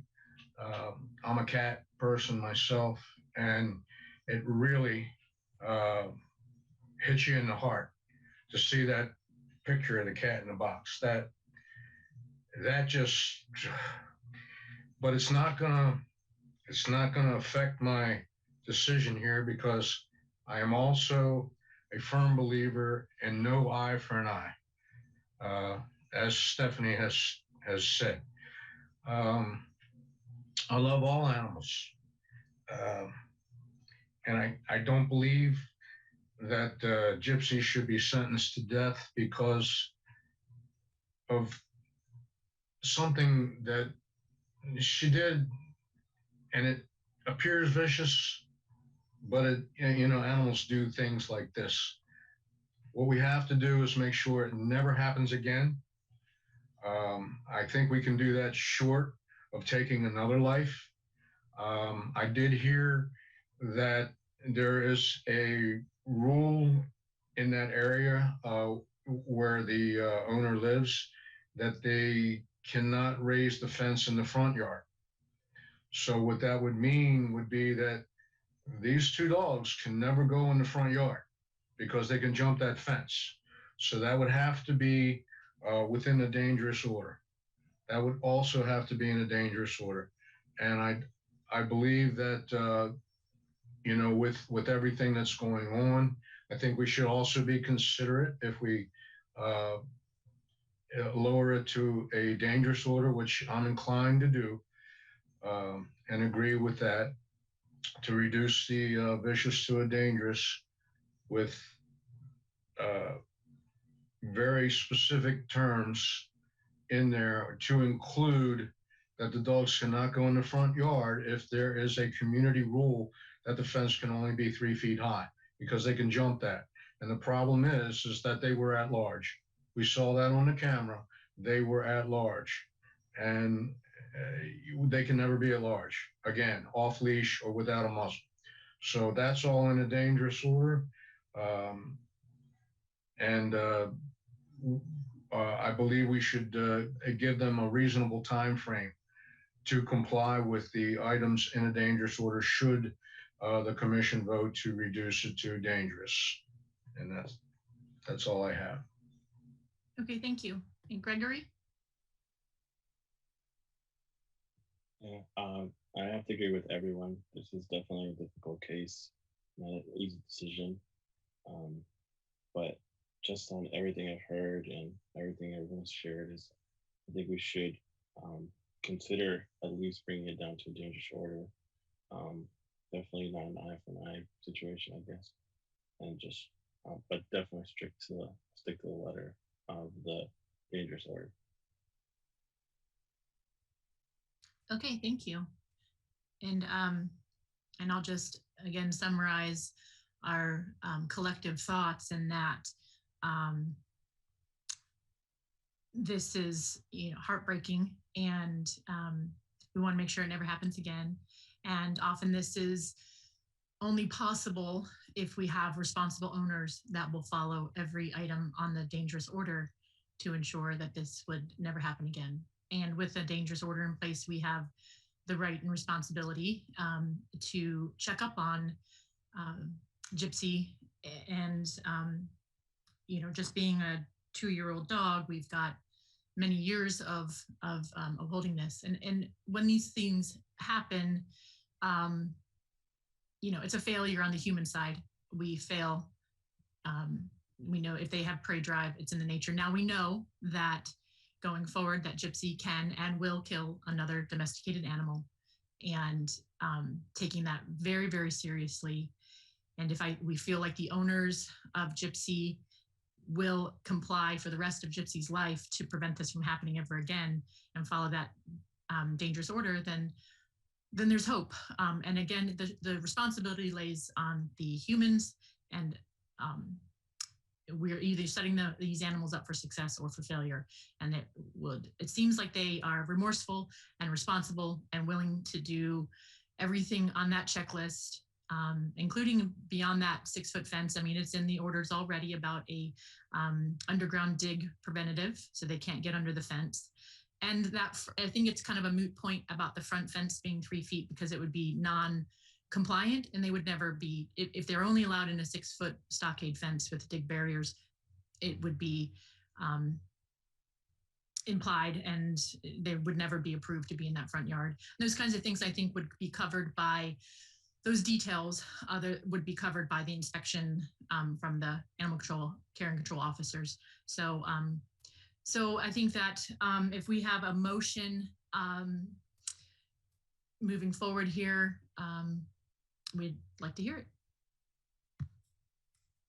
I mean, I can make the motion if you'd like. I motion that we change this vicious order to a dangerous order, a full dangerous order with all points, including training, all possible points, including the dig barriers. Do we have a second? Should we, before I second, should we include a reasonable time frame to comply? Good question.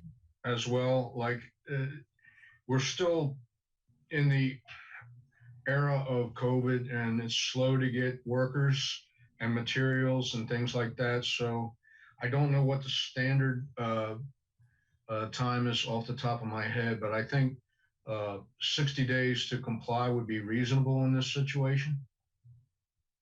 I think that maybe as well, because their fence is in place, they would have, you know, it's not a building of lumber and supply.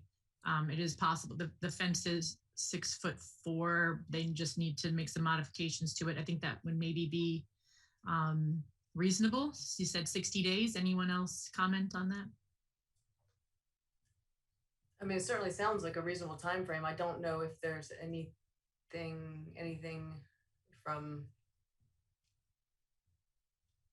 else from the office that would, I guess not. Right, because what is what's the normal? What's the normal, right? Is it 30 days normally? And then I don't have it in front of me, but we're trying to give them extra. It's normally 30 days, and we're trying to give them 60 or 90 days to comply. What if we give them 30 days beyond whatever the normal is? Yeah.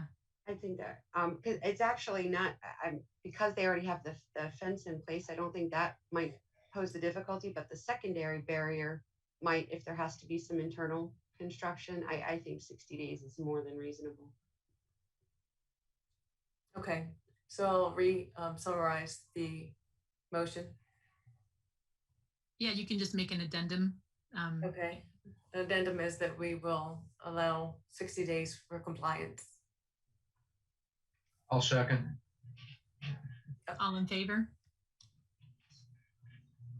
And just one other thing, just to point out, I know we've concluded, but that is, I hope, I know that they're listening, people are listening, but this unfortunately, this is the last probably opportunity. So I really hope that everything is complied with and the dogs don't get out again, because another incident would not, there aren't too many opportunities for like this one. That's what I'm trying to say. This is a very good chance for this dog to live a full life. So I believe Robin just pointed out, if everybody saw it, that the existing fence is chain link, and a dangerous order would require stockade. Yes, I do remember that. And that being the fact that dogs can climb chain link. Sorry, I forgot that. But okay, so they would have, well, the time frame that we did of 60 days, they would have to have that fence is, and as he also mentioned, some of the neighbors have 6 foot, the wooden stockade, so it might not be like all 4 sides that he has to replace, but but to Elizabeth's point, this is a grace, opportunity for Gypsy to live on under the responsibility of a responsible owner. And we've motioned and moved on the fence, and I believe that stockade fence where they're moving from chain link to what sections need to be replaced. I think that holds. I feel like we made the right decision on that. But it's good to follow up with comments that will need to be done, and the animal care and control officer will inspect the premises before animals are returned home. So again, we're very sorry for the situation and Tom's loss. Please take our heartfelt sympathy, and we appreciate Gypsy's owners and their responsibility, willingness to make sure this never happens again, and we trust that will be the case. Thank you all.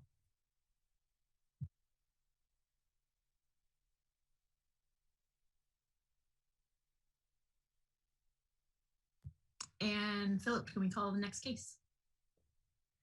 Yes, ma'am. We have Animal Care and Control versus Jonathan Badger for the appeal of the potentially dangerous order for Blue the dog.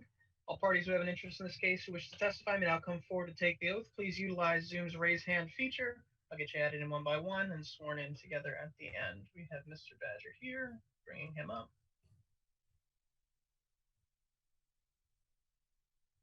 I believe I'm keeping Officer Simpson. Let's see. Mr. Badger, if you can hear me, pop up your audio and video. Can you hear me, sir? Yes. Perfect, and I can hear you. If you would please state your name and address for the record. Jonathan Badger, 1751 Broadlee Trail, Annapolis, 21401. Thank you, sir. Hang on for just a second. I'll get you sworn in at the end. Officer Simpson, if you please state your name and address for the record. Officer Simpson, 411 Maxwell Fry Road, Millersville, Maryland, 21108. Thank you kindly. Hang on for just a moment. Let's see. I've got some other witnesses here. Michael Kallmeyer and Judy Colley, but I don't see them in the list. Just a reminder, if you're looking to testify, utilize Zoom's raise hand feature and I'll get you added in. Officer Simpson, have we heard from either Michael Kallmeyer or Judy Colley to your knowledge? I have not heard from them, no. All right. The last time I spoke with them, they were attending, so. All right, let me reach out real quick. Mute this here.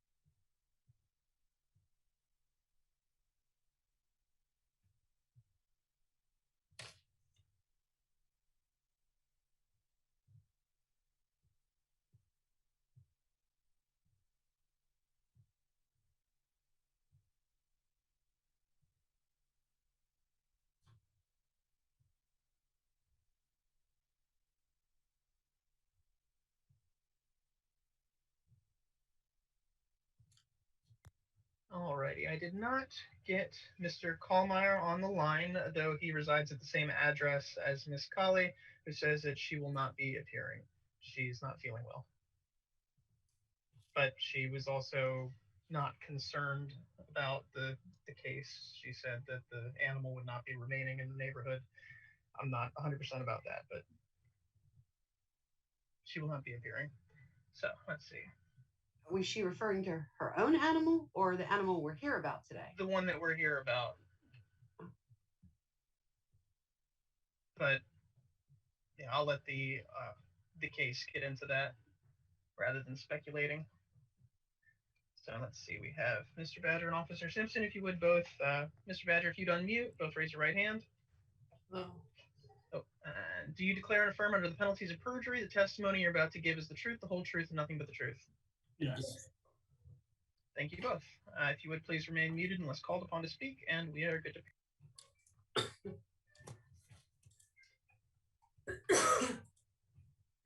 Okay, Officer Simpson, would you like to begin? Thank you. Yes, ma'am. On March 9th, 2021, Animal Care and Control received a call from Judy Kallmeyer concerning her dog, Sophie, a female Bichon mix that was attacked by a neighbor's dog that came off the property into the street unrestrained while her husband, Michael Kallmeyer, was walking Sophie on a leash. Mrs. Kallmeyer advises that the attacking dog is named Blue, a tan and black male Shepherd Rottweiler mix. That the dog picked up Sophie with his mouth by the midsection for a few seconds before releasing her. Mr. Kallmeyer advised that he was able to pick up Sophie to prevent further incidents, while the owner of Blue, Jonathan Badger, was able to secure his dog. Mr. Kallmeyer advised that Sophie appeared to be in pain and would not walk. Also, the dog appeared to have labored breathing at the time. Mrs. Kallmeyer then advised that Sophie, at the time, is currently at the Arundel Vet Emergency Center, AVEC. Sophie has been given a pre-diagnosis of a possible puncture to the lung and currently on oxygen therapy. I then called AVEC to confirm Mrs. Kallmeyer's statement. The staff at AVEC advised that Sophie is currently being given oxygen therapy, and there is a concern of a collapsed lung at that time. Later that morning, Mr. Kallmeyer provided me with the following written statement. Officer Simpson, I was walking my dog Sophie, 6 months, at 5 pounds on a leash this morning on April 9th at 9:30 a.m. on the Broadleaf Trail, Epping Forest. When we came upon another dog, Blue, at 1751 Broadleaf Trail, owned by Jonathan Badger. Mr. Badger was standing on his front porch. Blue, large dog, 35 pounds plus, was in the front yard unleashed. Sophie and I were on Broadleaf Trail. Mr. Badger calls for Blue to stay were ignored and the dog came at us. Immediately, Sophie was screaming as Blue was coming at her aggressively. He wasn't playing. Blue got Sophie in his mouth, full across her mid-body for maybe 2 to 4 seconds, long enough to cause damage to the small dog. Somehow she was freed, and while I was spinning around her and able to get her off the ground of Blue's reach into my arms. Blue was still trying to get Sophie, but stopped. There was no blood from Blue's bite, and Sophie was shaking and breathing hard and couldn't or wouldn't walk. I carried her home. My wife, Judy, I called the emergency veterinarian services and got her there for a checkup by 10:30 a.m. I hope that's enough in detail. Please respond or call to me if you need more details. Mike Kallmeyer. Later that afternoon on March 9th, I spoke with Jamie Campbell, who actually called me by phone and confirmed that it was her partner's dog, Jonathan Badger's, that attacked the Kallmeyer dog, Sophie. She advised that Mr. Badger was on the porch with his dog Blue unrestrained. And when the dog ran off the porch into the road, attacking Sophie by picking her up in his mouth for several seconds. After Mr. Badger secured Blue, Mrs. Campbell advised they apologized to Mr. Callmeyer and offered to pay any veterinarian treatment that was required. At this time, I called Mrs. Campbell due to the information that I'm receiving from AVET concerning Sophie's physical condition. Advised that Blue would have to be turned over to Animal Care and Control as a public safety impound during an investigation. Mrs. Campbell advised that she and Mr. Badger are willing to cooperate in any way they can, and Mr. Badger and her would be able to drop off Blue at Animal Care and Control at 5:30 p.m. On April 9th, 2021, 5:30 p.m., Officer Keegan met with Jonathan Badger and Jamie Campbell at Animal Care and Control. Blue was turned over as a mandatory impound, ADS number 273999. Mr. Badger signed the mandatory impound letter at the time. April 12th, 2021, I received Sophie's report from AVET. The report stated that Sophie did not receive any wounds or broken bones, but sustained significant bruising around the chest area. The report shows the scan showed bruising around the lung, which was diagnosed as potentially collapsed. Antibiotics and pain medication and anti-inflammatory medications were prescribed. April 12, 2021, I spoke with Mrs. Callmeyer by phone concerning Sophie's condition. Mrs. Callmeyer advised that Sophie appears much better and she hasn't had any more breathing issues. April 14, 2021, after careful review of the evidence by the field supervisor of Animal Care and Control and myself, it was determined that the owner of Blue, Jonathan Badger, would be issued a potentially dangerous order due to the public safety violations under Anne Arundel County Article 12-402A3 and 12-402A5 under public safety. Also Article 12-40905, animals running at large. April 14, 2021, I spoke with Mr. Badger by phone and advised him that Blue has been deemed potentially dangerous by Animal Care and Control and will be issuing him the order today with an appeal letter. I then advised Mr. Badger's options of complying or appealing the order. April 19th, I received a signed copy of the potential dangerous order and appeal letter from Mr. Badger. Blue is currently in the care and custody of Anne Arundel County Animal Care and Control. All aforementioned events occurred here in Anne Arundel County, Maryland. That's all I have. Thank you. Mr. Badger, you'd like to appeal this case for Blue. Can you please state your case? Yes. The description in the report sounds consistent with what I witnessed. Blue is a puppy. He was born last June, and he came to live with us in late August. And from the beginning, we enrolled him in training with Paws and Possibilities. He's been in weekly classes and has come a long way. We work with him regularly. It had gotten to the point where I felt, perhaps unwisely, but at any rate, I would confidently, just in the morning, we walk out on the porch and he trots down into this garden area and does his business and comes right back when I call him. Anytime we go on walks, he's on a secure leash with carabiner.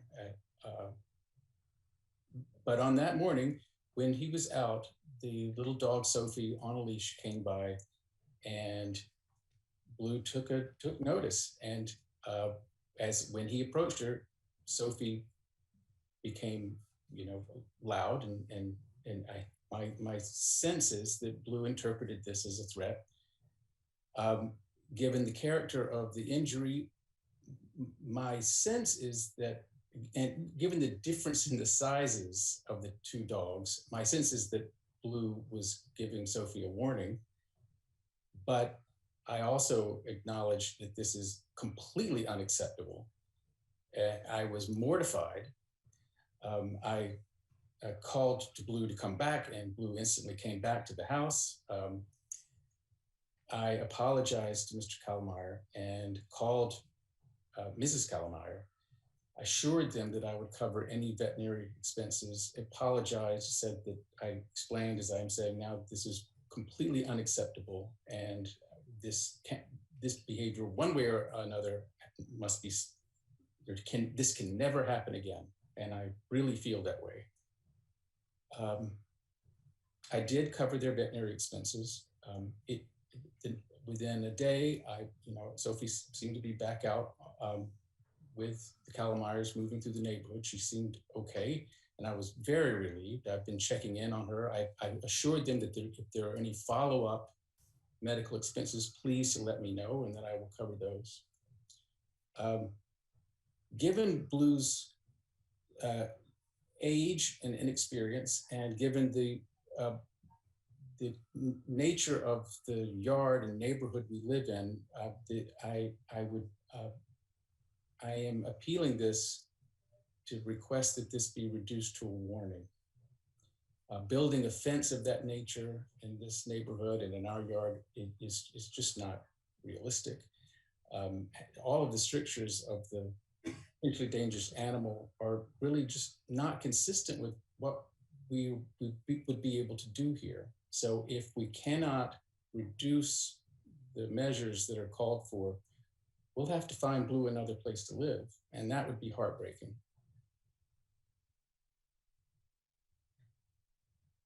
Mr. Badger, if we were to consider a warning versus this potentially dangerous order in place, what would you have planned in terms of your property, and that your dog was on property and then left property during this incident? What would you have planned to make sure that this never happens again? Never under any circumstances would Blue be able to be outside of the house without being on a secure leash. Agreed, even on your property? Even on our property. Anything else that you'd like to add at this time, Officer Simpson or Mr. Badger, or any questions from the commission? I have nothing else to add now. I have a question, Mr. Badger.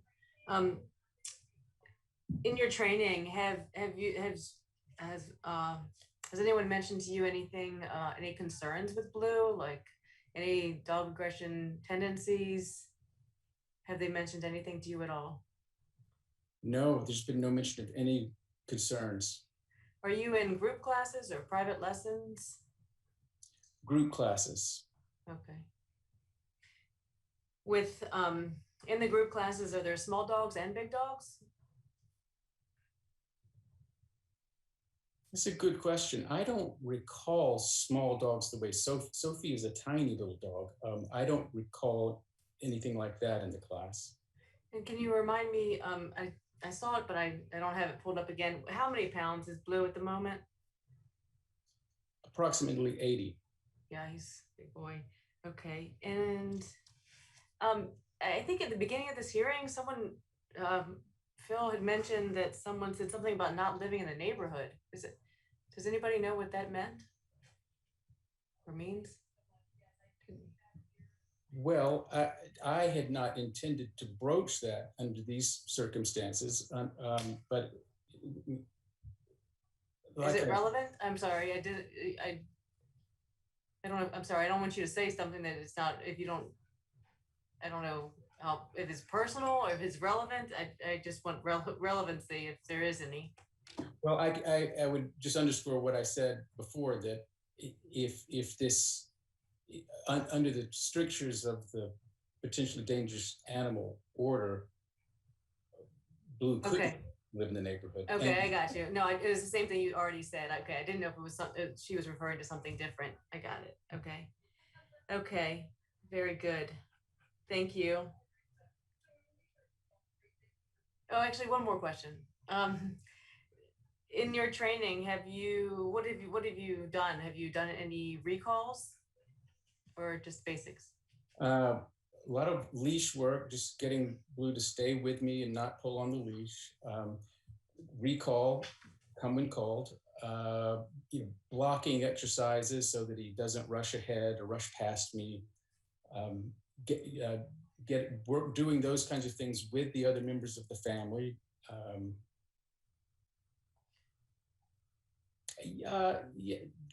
Getting him to stay in place, the place exercise. So things like that. Thank you. In that line, can you describe who lives in the household with Blue and their ages, please? My partner, Ms. Campbell, my son, Arlo, and Ms. Campbell's son, Gabe. And Gabe is 13, Arlo is 12. Okay, thank you. Commissioners, any other questions? Yes, Mr. Badger, if the fencing is not something that you wanted to do, there is a provision in the potentially dangerous order for a 10 by 10 kennel. Would that be more acceptable to you, or is that something again that you wouldn't want to do? There's not room in the back to do that, and I would not want to do it in the front. Moreover, I don't see that we would ever put Blue in such a kennel. He would always be inside, or we would be walking him outside. Thank you. I am a small bit familiar with Epping Forest. Is your backyard described as basically fairly wooded? Is that the description of possibilities with the fencing related to that? Yes, well, the whole neighborhood is very wooded, and the yard is basically in a forest situation. The backyard there is not really a backyard. There's a deck in the back which comes into an easement, and so there's just no property of ours beyond that deck. Okay, thank you. Any other questions? And I'm just confirming that, Blue is a 9-month-old puppy, and Sophie is a 6 or 7-month-old puppy. Just clarifying details. Anything else? I just have a question. Mr. Badger, you mentioned that you've seen Sophie outside since this incident? Yes. And have her owners been walking her past your house since this incident? Yes. Okay, I know you can't speak for them, but I guess what I'm getting at is, I guess it's kind of hard for you to give any answer to this question, but I guess what I'm looking for is they are obviously not afraid to walk in front of your house again. I mean, I guess it looks like they feel comfortable enough that you have Blue under control. You're right. I can't speak to that. The first day after the incident, they came by in a golf cart. The Kalmars ride a golf cart around the neighborhood, and I saw Sophie, in the arms of Mike as they scooted by, and we all waved because I had spoken to both of them, and we all commiserated with the difficulty of the situation. And so that was the first day. The second day, Sophie was on a leash walking by, and I see them regularly walking by the house. So just to clarify, Blue is still in the care, custody, and control of animal control, correct? Animal care and control. That's right. So Blue's has not, yeah. Okay, thank you.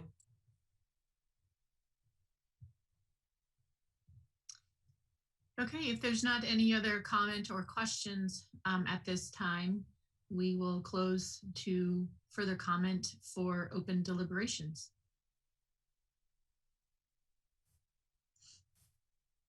And I believe we will start with Matthew, if you don't mind.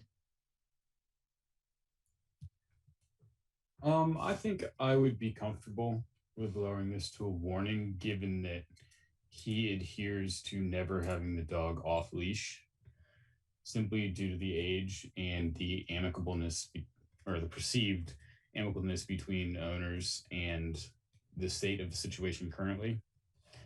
The owner of Blue seems very willing to abide by our recommendations and prevent this from ever happening again in the future.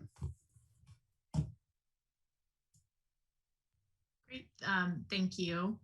And Gregory. I also would be willing to bring it down to a warning, seeing that the owner is willing to comply, and I can see that the dog is at an age getting training, so I can see him over time and being more trained and able to be healthy in the community. Yes, that's what I see. Thank you. Let's ask Jennifer, please. I have a question before I answer it. Because I've been, this kind of carries over from like a case last week, and I just don't know from a medical standpoint, how do you differentiate between a dog playing and applying enough pressure to hurt? Because the description of this event was that Blue picked this dog up and then put him back down, which to me, almost like a toy. So, and I know last week we had the case with the chickens. So how much pressure does a dog have to exert before they're no longer playing? Because I guess my first thought when I read the paperwork in this case was this really an attack, or since he's a puppy, was he literally picking this other dog up to play with it? And I just don't know enough about it to give a reasonable answer. Right. I'm not sure if that's anything that we can characterize, but we can, as a group, discuss the characterization of the injury. But it's hard to know with puppies and socialization, and that's why I tried to clarify too that they're both puppies. And there's room for a lot of training here to go, and socialization going ahead on both parts. However, the off-property situation needs to be rectified and never happen again. But so there's that piece of it. But is this dog truly potentially dangerous, or the circumstances of what happened? So what, just describing this, I mean, I don't know. Did the little dog roll over and then the dog got bitten in the chest, but there wasn't any puncture wound. So just reading the AVEC medical record, there was a compression or pressure injury. And so enough to have the right caudal lung lobe collapsed. And then because of that, some leaking of air into the subcutaneous layer causing emphysema. So, so to your point, in a very small dog, a 7-month-old Bichon, maybe it wouldn't take very much pressure if, truly, if Blue really wanted to do a lot more damage, he really could have, and he didn't, but there was pressure there. And was he playing too rough with a little dog? Doesn't know, but proper bite inhibition at this time, and he's still learning. It's all very possible. Might not be a potentially dangerous dog, and it's hard to know. It's hard to know everything about the situation, but I guess as a group, we'll try to do our best. I mean, it was a pressure injury enough to collapse a lung, but a big dog, little dog is pretty common. That it doesn't take much on little dogs to get that kind of injury. We didn't break the skin, but there was pressure, and picked the dog up and set it back down. Didn't continue to go after, which in some cases we do hear that there's an initial bite and then a continuation. Sometimes they bite and release, and they're like, oh, trying to understand themselves in that situation. But other situations we've heard where the dog continues to bite and progress. and it's more intent continuation. So that's the only part I can gather from intent versus pressure, is more about the pick up and drop and release. The main problem is being off leash and no recall. I feel like that's a preventable situation there, and socialization is something that clearly Mr. Badger understands the severity of this now. I feel like maybe that could be dealt with even with a warning. So as this conversation, that's my opinion. I usually give my opinion at the end, but just kind of in the conversation, that's how I feel about it. What do you know, and we'll continue to ask other commissioners too. I appreciate that, because I don't have any issue with dropping it to a warning. I'm not sure. I'm new enough at this that I don't understand what teeth we can put in a warning, because right. You know, in my experience, if it's not an order, you can't order anybody to do anything. Perhaps I'm wrong. You know, I would hope that if we decided to keep it a warning, and that Mr. Badger will take it seriously and abide by all this. But that was actually very helpful for me, because I was struggling with with two puppies, how do you differentiate between overly rough playing and aggressive behavior? And yeah, I'm not 100% convinced this was aggressive. So to me, this is all, you know, owner issues. You know, keep the dog from running at large and keep control over him, and I'd be satisfied. So I just have some comments there. So it's with 9-month-old dog, and we're talking about an 80-pound dog and a 5-pound dog. So an 80-pound dog who sees this 5-pound dog on the sidewalk or street and runs after it. And what it did to the dog, I mean, it had some compression, but it would take nothing to, well, one, to do that little compression. It was very, very little. But it wouldn't take very much to do a lot more as well. So this dog could have very easily been, you know, terminated quickly. The most likely scenario with the age of this dog, Blue, and the circumstances and the resulting injuries would lead me to believe that it was a lot about curiosity, you know, and there's, you know, definitely wanted to explore that dog, and what it was, but it had a lot of it had enough bite inhibition not to do more damage, which would have been extremely easy, extremely. So so what happens in the future with these dogs, and this dog is not even close to being mature. This dog won't be mature until it's 3 years old. So, you know, it's very difficult to say where it goes from here, but with proper training, and you know, it could be prevented from, well, it can be socialized. The dog can be socialized. The dog can be trained to prevent these things. So there's a lot of potential there. So the good news is you know, there was injury, and again, that the injury that this dog sustained is pretty easy to do, but given the size difference in these two dogs. But it is actually kind of good news, because, you know, I think there's a lot, you know, that this dog has, I mean, there's a good chance that this dog is not dog aggressive. I mean, just because it did this doesn't mean that it's going to be dog aggressive, and very problematic in that regard moving forward. But could be a serious wake-up call for Mr. Badger moving forward with a young dog of 80 pounds and what kind of responsibility he has ahead of him. And nonetheless, it was injury. So even though a dog, for example, may not bite a person but knocks them down, that's still dangerous, right? So it's the same thing. This dog still has, you know, yes, Stephanie is absolutely correct that, you know, this dog was off property and ran up to another dog, period. So there is that. Ed, do you have anything to add? Yeah, I'm troubled by the injury to the dog, to Bichon, obviously. And I'm also troubled that the owners didn't come forward today. I'm also a little troubled that if it's reduced to a warning, that we're kind of on the honor system.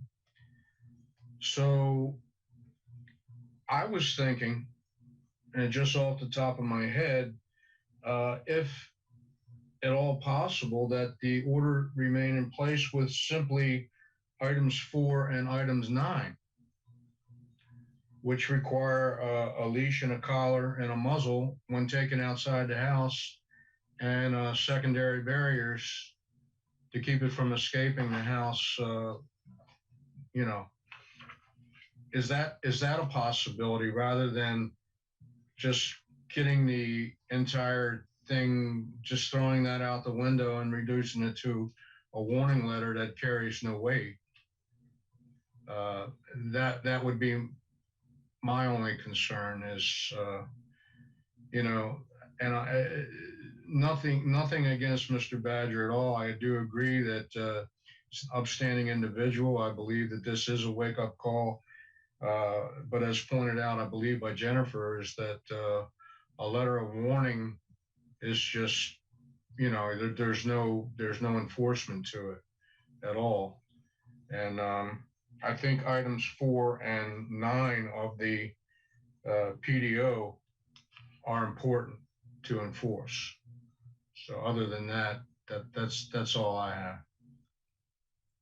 Thank you, Ed.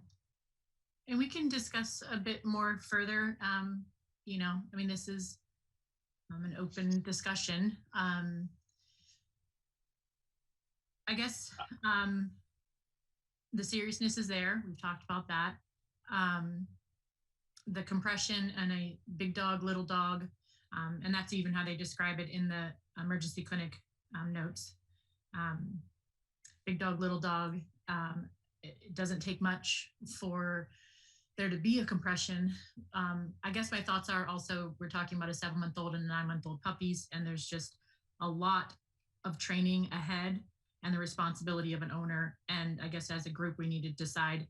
I mean, there's nothing enforceable with a warning letter, but it is documentation that if any single infraction happens ever again, there is no second chance on that. There will be a dangerous order in place. For the rest of this dog's life, this warning letter will be documented. And when we hear cases that we've had warnings before, in my mind, when I hear cases like that, like this is, you've been warned, I have very little empathy for flexibility when a potentially dangerous order comes before us and they've had a previous situation.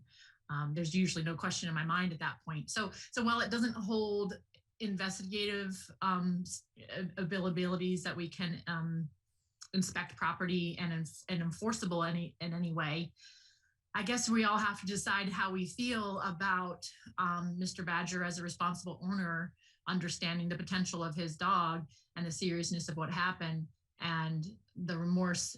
And what happens, to your point, is that, you know, we all feel very, very sorry for the next 3 to 4 years. And what happens at 5 years, we let up our guard and something happens. Well, if that comes, you know, about in the long life of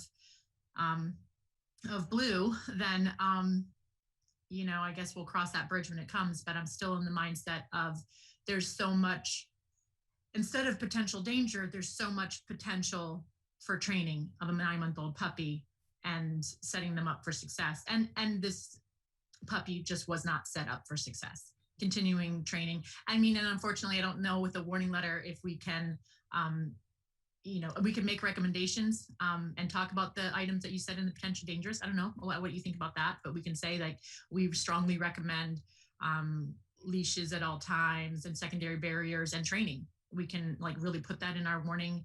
Again, not enforceable, but we can have specific things. If that's how we really feel strongly about those items, that would be, you know, it's about educating the public as well, what they should be doing to prevent this from happening again. So I don't know if that's, you know, that's something we can discuss. Would that be possible in a warning letter to feel like we've offered this owner enough information going forward to be successful as a responsible owner and prevent this from happening? Or how do we all feel about the upholding the potentially dangerous order or a warning letter? I'd be satisfied with that in the warning letter. Specific, like three points of leash outside of the door, secondary barriers, and training. Solely because Mr. Badger came off as a very, very responsible owner. He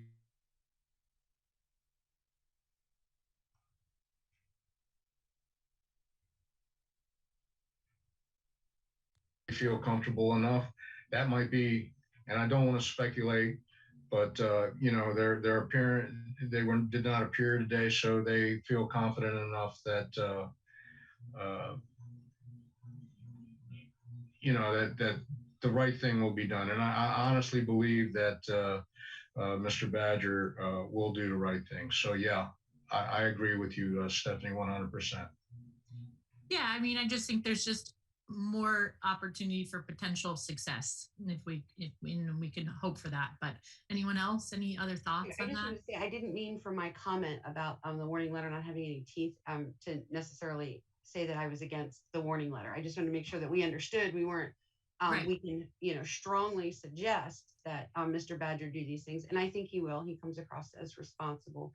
But I think Elizabeth said it best, that this, to me, just the dog was curious. It reeks of curiosity to me, because this dog really could have done a lot of damage, but he picked Sophie up and dropped her.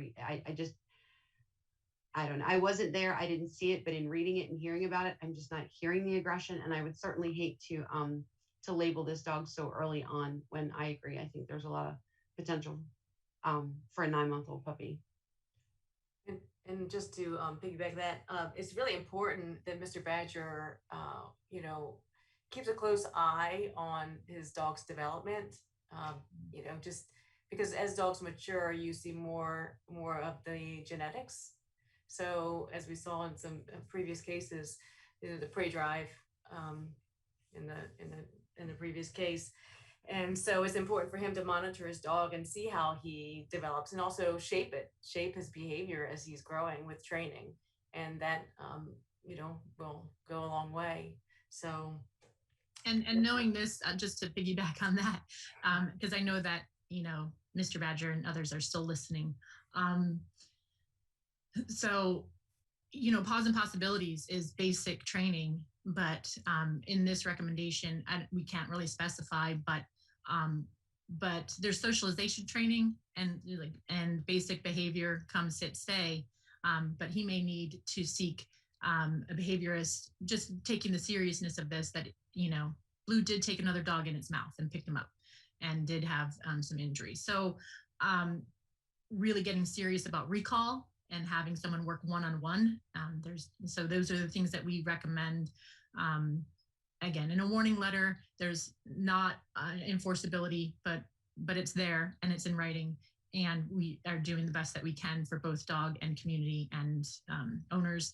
And I really feel like it's good for him, Mr. Badger, to know the seriousness of this, and that Pause and Possibilities, I'm familiar with them, and they're great beginning training, and Blue might need advanced training, especially on recall going forward.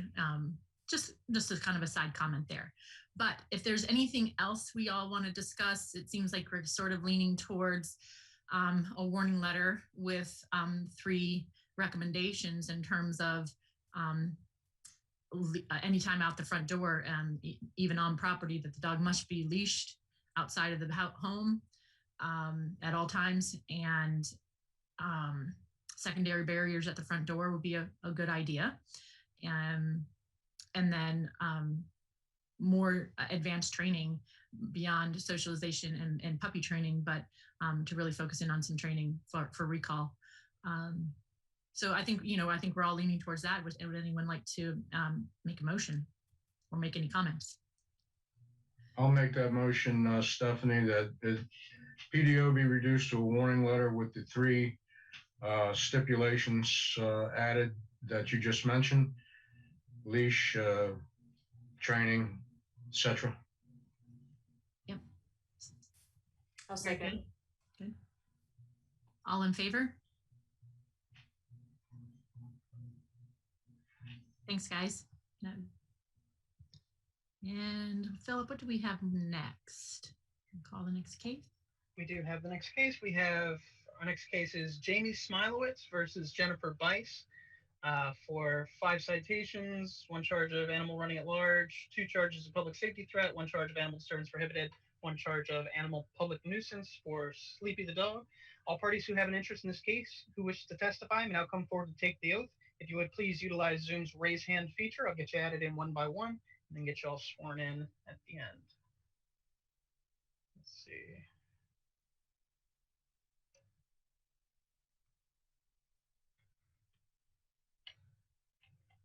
Got Miss Jamie here coming up.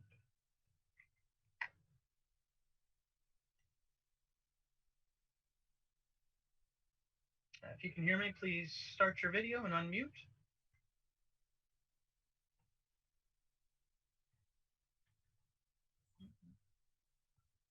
There we go. Hi, Howdy, howdy. If you would please state your name and address for the record. Jamie Smilowitz, 268 Overleaf Drive, Arnold. Thank you kindly. Hang out for just 1 second. I'll get you both sworn in at the same time here. And we have the Vices.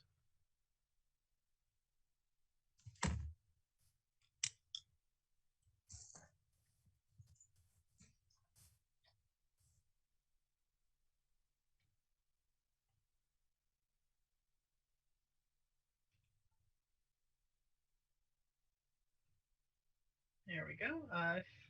Perfect. Can you hear me okay? Yes. Thank you. And if you would both please state your names and addresses for the record. Jennifer Bice, 247 Overleaf Drive, Arnold, Maryland, 21012. Thank you. Stanley Bice, you can just call me Stan, 247 Overleaf Drive, Arnold, Maryland, 21012. Thank you. And if you would all raise your right hand. Do you declare and affirm under the penalties of perjury the testimony you're about to give is the truth, the whole truth, and nothing but the truth? Yes. Yes. Thank you all kindly. If you would please remain muted until called upon to speak, and we are okay to proceed. Okay, great.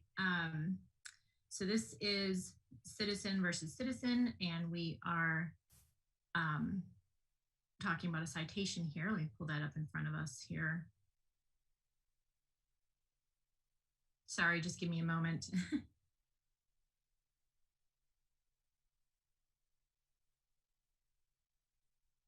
And so Mrs. Bice, is Sleepy your dog? She is, okay. So we'd like to hear from the complainant first. So Ms. Smiles, if you could go ahead and share your complaint for the citation, please. Sorry, I have Smiles, but it's actually Smilowitz. But Okay, sorry there. It's the pandemic thing, you Yes. know? Yes. Not understanding how all of it works. Okay. I'm going to read, if that's okay. I prepared this. It's very upsetting to me that we are here. Because of this, I've prepared my statements to read to the court to keep my composure. The Bices were my friends until their dog attacked my dog. I anticipate Mrs. Bice will apologize for what happened, but they have not come forward to offer responses or apologies. In fact, they were picking up food from me during the height of the pandemic. We were Facebook friends. After the attack, they stopped reaching out, and Mrs. Bice unfriended me on Facebook. I have tried numerous times to speak with them and ask them to walk their dog Sleepy under adult control at all times. Time and time again, they did not respond to me, and time again, they did not and have not honored my simple request. The dog represents a public nuisance and safety threat, not only to me, but the neighborhood at large. That's why we are here. I can continue and give the timeline of all the incidences. October 22nd at approximately 5 p.m., I was walking my 11-year-old 20-pound beagle, Miley, down Overleaf Drive on the even side of the street towards the dead end with my neighbor, Katrina Spencer, who lives at 249 Overleaf. We crossed the street to the odd number side and started to head back up the street in the opposite direction. Stan Bice, one of the owners of a 70-pound white and black mixed breed dog named Sleepy, was outside packing his gray SUV at 247 Overleaf Drive and spoke with Miss Spencer and myself. Mr. Bice got into his car and left. Miss Spencer and I continued walking up the street. We stood in front of her house, 249 Overleaf, talking, and then she went inside. I continued up the street, walking away towards my home to complete my walk. I walked past 251 Overleaf and heard snarling, growling, and footsteps of a running dog behind me. My back and Miley's back were towards the sound. I turned to see Mr. Bice's dog, Sleepy, charging towards us. Corey, about age 12 at the time, and his younger sister, Sophia, 5 or 6, the Bice's children, were just beyond their driveway, and Jennifer Bice, their mother, was nowhere in sight. Corey just stood there watching his dog with her leash attached, run free, and charge at me and my dog. Corey did not attempt to retrieve Sleepy with verbal commands, nor attempt to get a hold of her leash. Corey just stood there, and I think he found it funny because he was smiling. Within seconds, Sleepy pounced on Miley and bit her on her neck and side area and continued to snarl and growl. Miley yelped and started to circle around me to get away from Sleepy and started to tangle my legs with her leash. I was petrified and afraid I was going to fall down. I dropped Miley's leash and at the same time stomped on Sleepy's leash to restrain her from further attacking Miley. I yelled at Miley, "Go," and she ran into the middle of the street to get away. Due to prior physical injuries, I could not pick up Miley and run. Corey, with Sophia a few yards behind, moved closer but was not calling Sleepy to him. He was walking towards me very slowly and not reacting to the urgency of the situation. He got to us and stood there for a moment, watching, smiling, and did nothing. I yelled to him, "Get her now and go home." He eventually picked up her leash that was under my foot as I directed him to, and told him to hold it tight. I told him to hold it tight.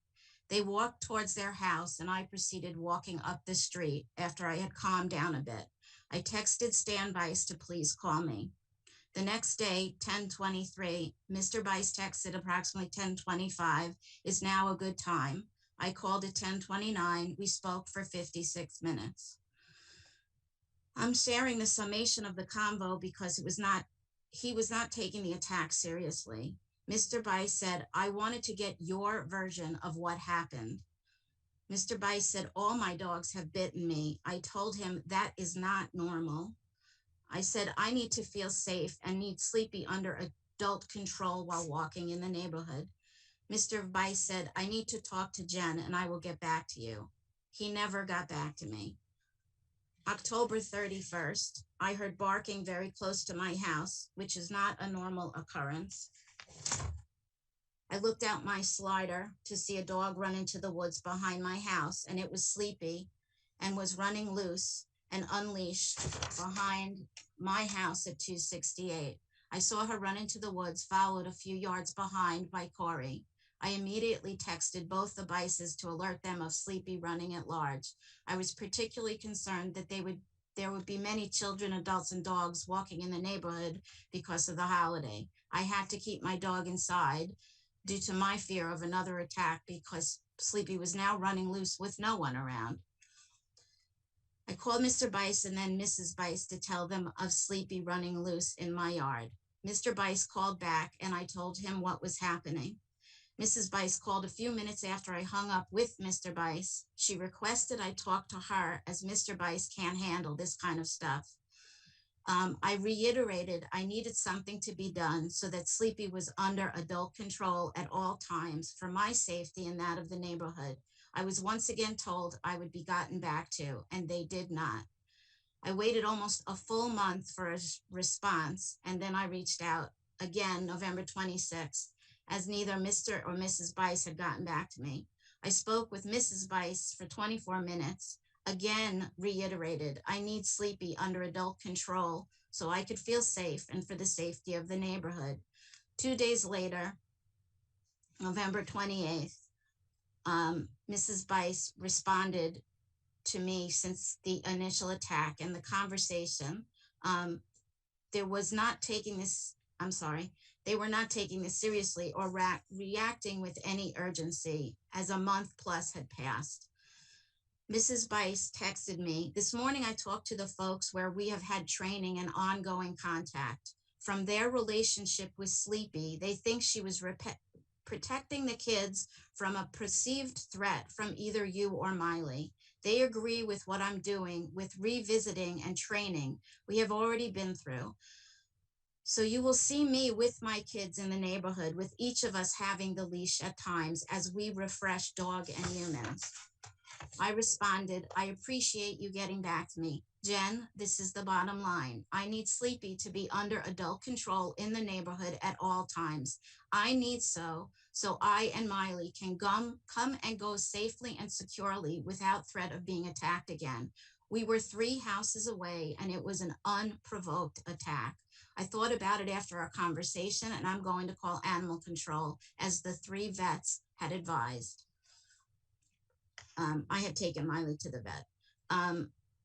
She responded at 7:10 p.m. I understand about animal control. I also called them to get their advice and what else they recommend I do or what they will require of us. I'm waiting to hear back from them. I will let you know how that resolves as well. I can talk to the trainer about having the kids practice elsewhere, the park or something, when we meet with her. There was no follow-up after she stated she would. On February 16th at approximately 4:40, I came back from my walk with Miley. I was in my driveway near my car. I looked up because I heard Sleepy whining and barking again, only being supervised by Corey near his driveway with the dog. There was no parent present. I knew I could not get up my stairs quick enough and then safely unlock my front door. I just froze.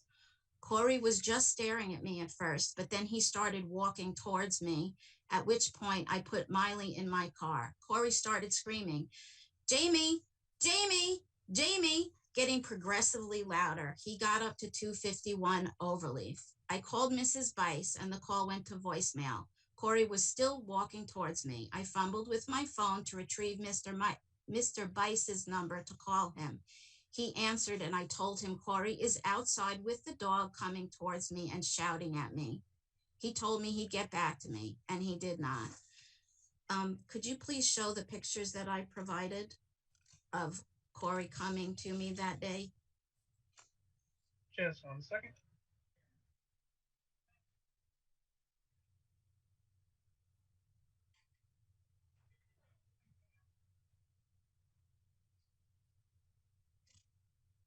This one here? Well, yeah, that's before he started coming towards me. It was when he was standing at the driveway.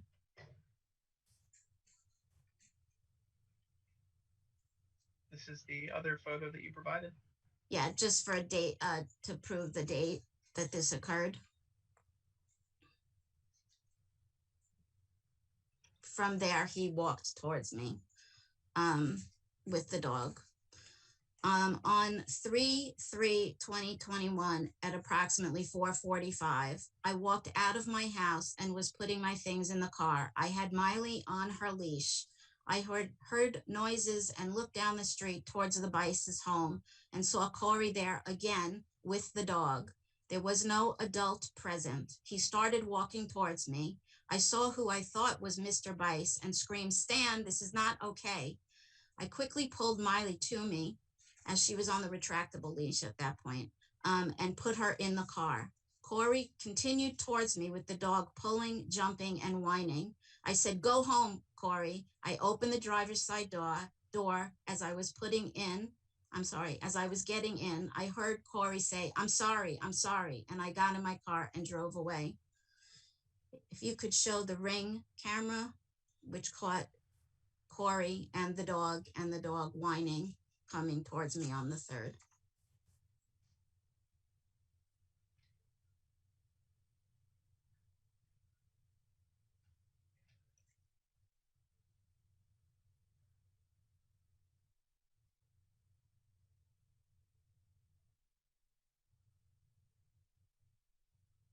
It's in the lower right-hand corner.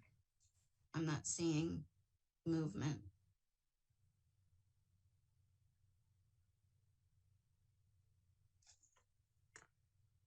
I'm sorry, I'm not seeing the movement on that camera, on that video. But he does, I'm sorry. You can see him come into the screen. I'm sorry, Mr. Hall.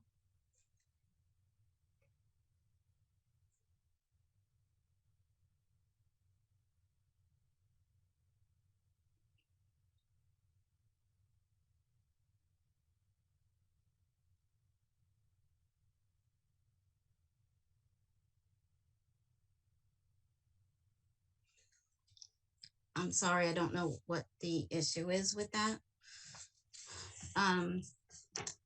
But a neighbor did provide that to me. On March 6th, I sent the letter to the Vices, which I also sent for evidence. I received no response to my letter.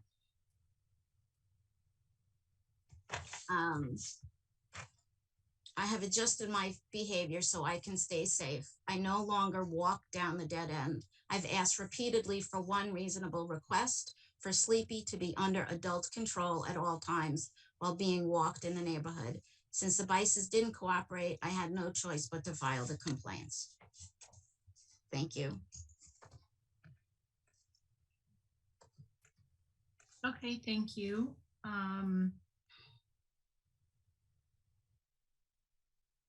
And I'm just going over these as well. We can hear from the Vices at this time. Please share your story. Yes, we can. So we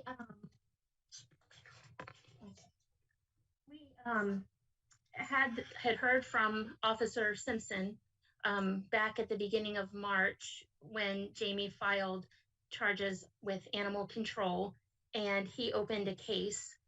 And after his research said that there was not evidence of Miley being hurt,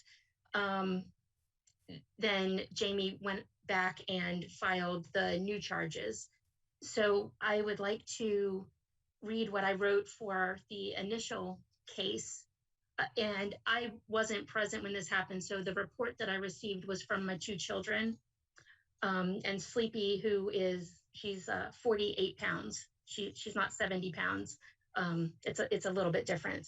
Currently 48 pounds. So the initial incident was back in October, on October 22nd. And, now it's June. So right now, she was weighed a couple of weeks ago. Now she's 48 pounds and just over 2 years old. She turned 2 in March. Yes. Okay. So what I wrote was, thank you for taking time to deal with this matter. To the best of our knowledge, this is the account of events that took place regarding our neighbor, Jamie Smilowitz, and our family, Stan, Jen, Corey, and Sophia Bice, and our dog, Sleepy. We had an amicable relationship leading up to this time. We've run errands for her and picked up food for her during the pandemic. We spent time during a community yard sale helping her move many items in and out of her house to help because she has compromised health. On October 22nd, Corey, who was 11 at the time, he has since turned 12, and Sophia, who was 7 at the time, were walking Sleepy. As they walked past our next door neighbor and towards the next house away from us, Sleepy saw Jamie and her dog Miley 2 houses away on the sidewalk on the same side of our street. Sophia had the leash and could not hold Sleepy when she tugged. Sleepy started barking and ran over towards Jamie and Miley, still barking. By the time Sleepy got to them, Jamie let go of Miley's leash and said, "Go, Miley." Miley ran over to a black car parked in front of that house. Sleepy ran circles around Jamie, and Jamie stepped on Sleepy's leash and said, "Corey, come get this dog." Sleepy's barking had become higher pitched at this time, and she was squealing as Jamie stepped on the leash. Corey was running toward her and said, "I'm sorry." She replied, "I don't want to hear it. Just come get this dog." Sleepy never bit Miley. Sleepy did bark at them. Later that same day, Jamie left a message for Stan on his cell phone. Stan called her back the next day. She told Stan she did not think Sleepy bit Miley, but that she was concerned that Sleepy was going to knock her down because she's unsteady on her feet.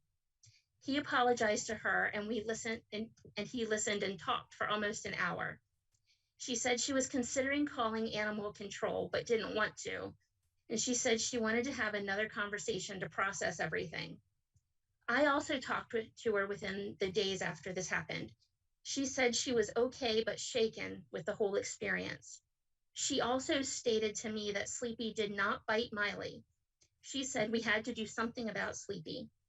She said she was thinking about taking Miley to the vet just to get her checked. And she also stated she wanted to continue the conversation to see what could further be done. She did end up taking Miley to the vet about a week and a half after the incident, and there was no sign of injury. Over the next couple weeks, both Stan and I had additional phone conversations with her. She stated she could not get past this. She continued to tell us something needed to be done with Sleepy. I shared with her that my kids would no longer be taking the dog for a walk alone in the neighborhood until we worked on retraining with Sleepy and the kids. This kind of goes back to some of the things we've heard earlier, in that we recognize that this must have been terrifying to have a dog running at you barking. And we also recognize that this was human error. And so we were trying to start working on the retraining to get the humans, under control of our animal. But Jamie was reluctant initially to state exactly what she wanted to have done. When asked, she kept telling us she wanted to continue the conversation. So every time we spoke to her, she said she was considering calling animal control, but because we were friends, she didn't want to. At some point during these conversations, she stated that she had talked to vet friends of hers who told her that she should call animal control if she was so upset over what happened. And she stated that at each conversation. Eventually, on Thanksgiving Day, she was out walking Miley and saw Corey in our front yard taking Sleepy out to use the bathroom. She called me immediately.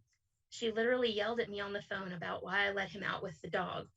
I reminded her that I was no longer allowing the kids to walk with her in the neighborhood, but that Corey was still able to take her out to go into the yard to go to the bathroom. We had stopped at this point allowing our 7-year-old, who was holding the leash, when she got away and ran barking at Jamie and Miley. Sleepy she weighs more than our 7-year-old. So Sophia has not been allowed to be out with the dog on the leash again. But she continues to practice, in the backyard. She can practice her being in control of Sleepy. So Jamie told me she needed to talk more about this so we could figure out what could be done. I finally told her that we had already been talking to her a great deal, and that I needed to know what it would very specifically look like for her to feel better. She told me that she thought the dog should be in training, and that the children should never be allowed to walk her in the neighborhood again. She again told me she was thinking about calling animal control, but did not want to. In December, I called our dog behavior expert at Severna Park Petco, Chrissy Jones. She was Sleepy's puppy behavior trainer, and she and the other staff at Petco are familiar with Sleepy. Sleepy goes in there regularly and is welcomed. We registered for a series of one-on-one dog behavior classes. Chrissy did a temperament test on Sleepy, and she's not aggressive. We continued to work on safe walking techniques and positive training techniques. Chrissy is aware of the situation, but she's only heard the story from my perspective. She has not talked with Jamie. Chrissy has written her observations and is willing to share them. And we actually have an email from her of her review from this series of classes we went back to, and then we went back again for another refresher just in the last couple of weeks. We have consistently worked on positive behavior training with Sleepy. We have a new halter for her to wear outside, which maximizes human control, and we are working on her barking with other dogs. Sleepy has never bitten another dog. She plays well with other dogs in our neighborhood. She often barks at dogs she's friendly with in anticipation of playing. She also barks at the window at other dogs when they pass our house. She also barks at squirrels and birds, and she tugs on the leash when she sees them outside. Even these normal dog behaviors are decreasing with the ongoing positive training techniques we're practicing. Most recently, so this letter was written for Officer Simpson on May 5th. So when it says within the last week and a half, it was back at the beginning of March. Corey walks Sleepy outside of our front yard. He's been through training and is using the halter system we have in place. He went a couple houses down on our side of the street.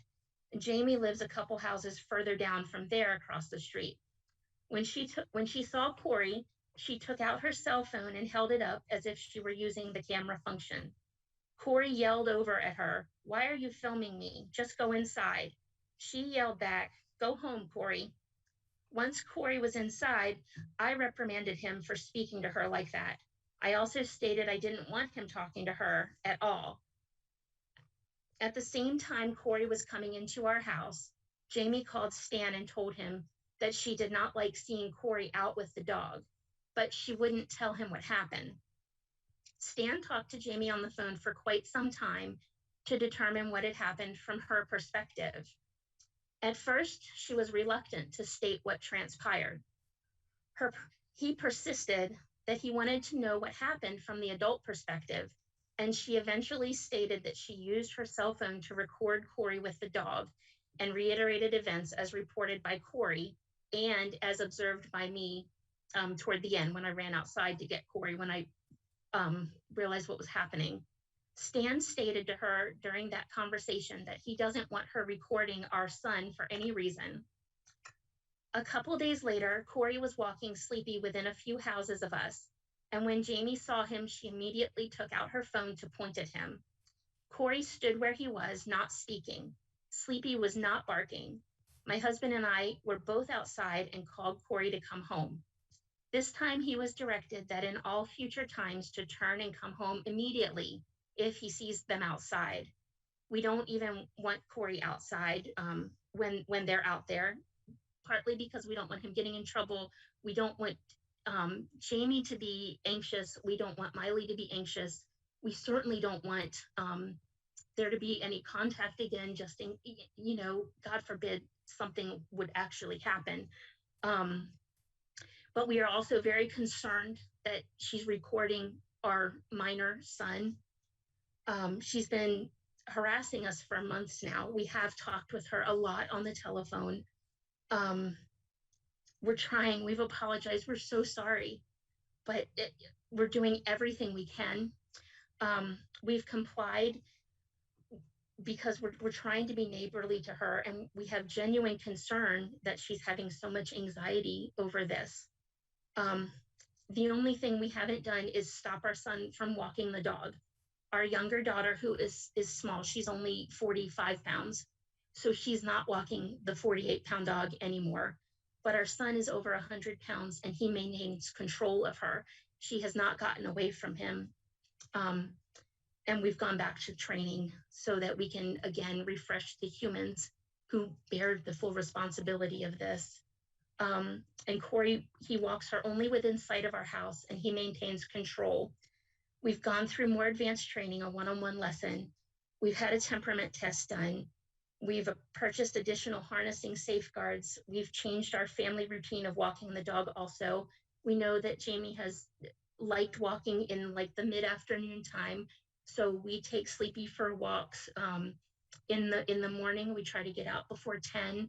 And then if we're gonna walk her later, I wait until after dinner time to do that. We're trying very hard because I get anxious too. And I know that Sleepy's gonna respond to me if I'm outside walking and I get anxious when I see Jamie. So we're trying hard to give them the space that they need as well. But we've spent a lot of time talking to attempt to help with her feelings about this. We're hopeful she's able to find some peace, but we feel like we've done everything we can. We will, of course, be continuing to practice the safest positive reinforcement interactions with our dog. Since all this happened, both my kids are terrified that our dog is going to be taken away. We've spent a great deal of time helping them work through this. And Jamie's called multiple times to tell us she's going to report us. And I told her we understand in whatever course she chooses. If there's anything else that we can do, please let us know. But we've been cleared once by animal control, and then she brought the charges again, just kind of at a different level. So we're trying. I have letters from a couple of our neighbors and their experience with Sleepy, to state that they haven't seen aggressive behavior from her. So Officer Harrell, are you allowed to show those, or can you show the two letters? Yes, ma'am. Let me pop those up for you here. So for the commissioners using the Google Drive, this is in the Vice Submitted Evidence folder. Ed, it's under either A or B behind the actual file. And are you looking for the email or Sleepy 1 or Sleepy 2? Oh, any of those. So the Vice email is the email that our trainer sent in to just kind of give her review of her time with Sleepy. Do I need to read that, or just let everybody read that? Yeah, the commissioners have access to it. Should be okay. I'll just leave it up for a moment.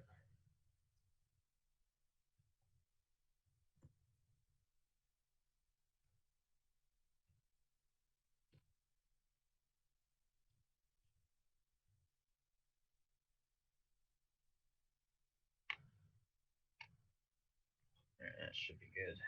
Okay. And then I'll just move on to Sleepy 1. Yes, please. So this is the neighbor Katrina that Jamie had mentioned before, that she had been walking with prior to the incident, and she is the neighbor directly to our right.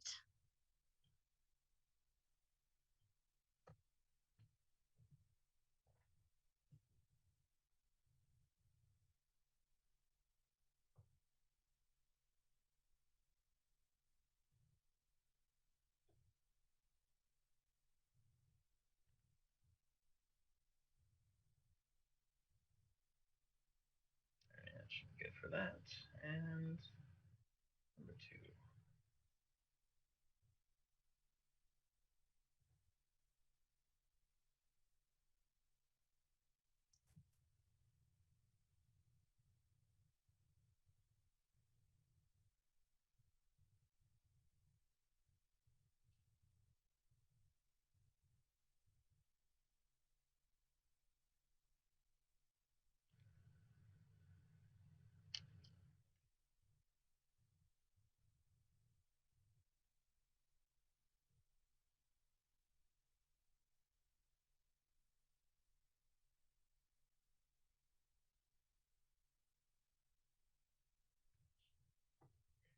Just as a side note on this letter, this neighbor actually just recently moved. The Coast Guard deployed her, repositioned her down to the Virginia Beach area. So she just recently moved from the address right across the street in the last week and a half, I believe. So the address at the bottom, she's no longer living in that house, but we definitely still have contact with her through email and Facebook. Okay. And then we have 2 videos just to show you how that Sleepy is. She is a jumpy dog. She is excitable. But this is Chrissy at Petco, just giving her to see how she does with surprises. Go ahead.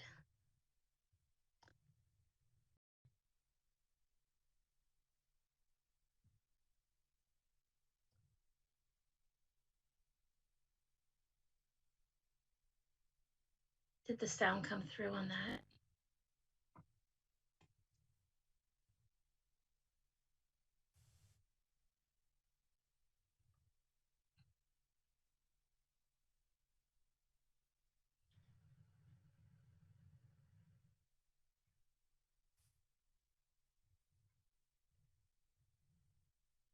So they were testing temperament. I'm not sure if the sound is coming through, but they were banging doors behind her. And then as they take her out, they were dropping objects and pushing carts to see how she would respond to just the surprises.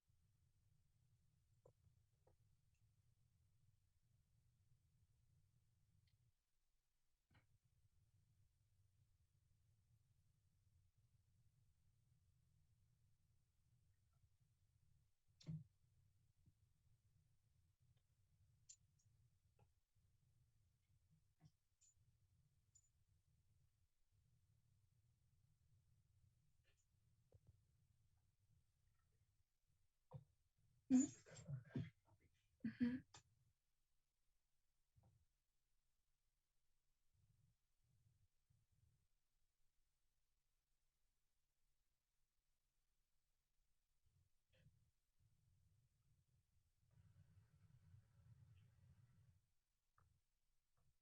So here she's giving her explanation of what she sees in Sleepy. But I'm sorry that my sound didn't come through. On the Zoom.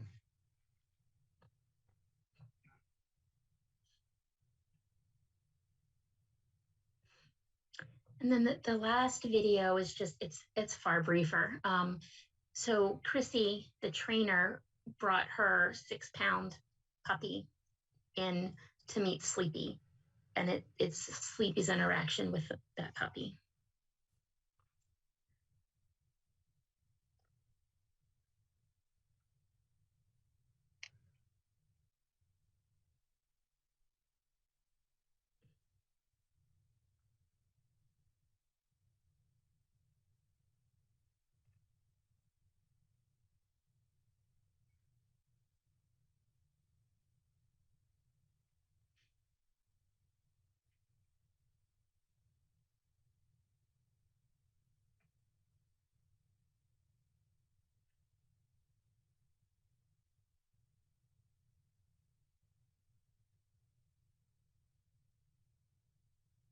It looks like she's talking there, yeah. She was just saying it was the Play-Doh. I don't know what happened to my volume. It may not come through.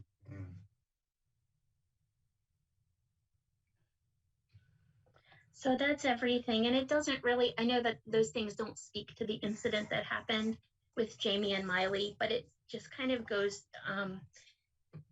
to the fact that she's not a mean dog. She's a family dog, and we're not sure why she ran barking at them. She didn't bite, but with Jamie standing on her leash, Sleepy still didn't bite.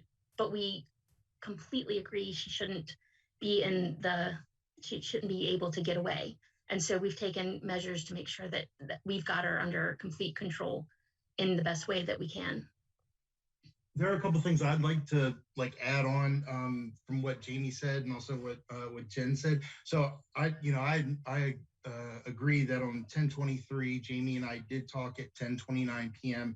and we spoke for 56 minutes. That's from my cell phone accounts. But the one thing is, I did apologize once I heard Jamie say what had happened in the beginning of the phone conversation, and I apologized throughout the phone call, and especially at the very end. One of my last comments was I apologized for what happened to her and Miley. Totally understand.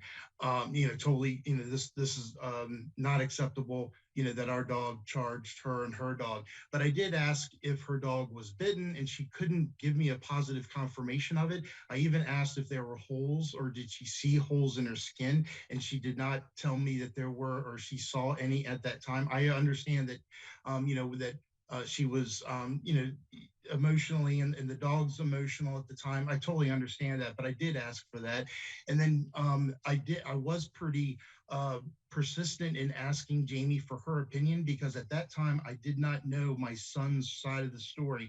Only my son told my wife, Jen, and I did tell Jamie I wanted to get her side of the story so that Jen had my son's side of the story and I had someone else's side of the story, and we could compare the stories together individually as adults. And I'm not saying that my son or Jamie would lie or not tell us the complete truth, but I didn't want to get one side or the others before getting both. And I thought Jen getting my son's side of the story, and on the 56-minute conversation on the 23rd to get Jamie's side of the story. And I wanted to hear her side of the story, and it did not feel like she was forthcoming at the time, but she did eventually tell me what was going on.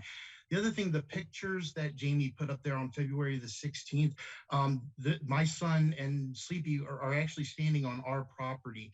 Now, I can't tell you if he and Sleepy were coming towards Jamie after those pictures were taken, but I just want to let you know as context that my son and Sleepy on those I believe it was 3 or 4 snapshots, those were on our property. And then also the video that she attempted to show, the house that you see, the front door, that's not her house. That is the house across the street. And I understand the sidewalk is on our side of the street in that house, and Jamie's house is on the other side of the street from that video.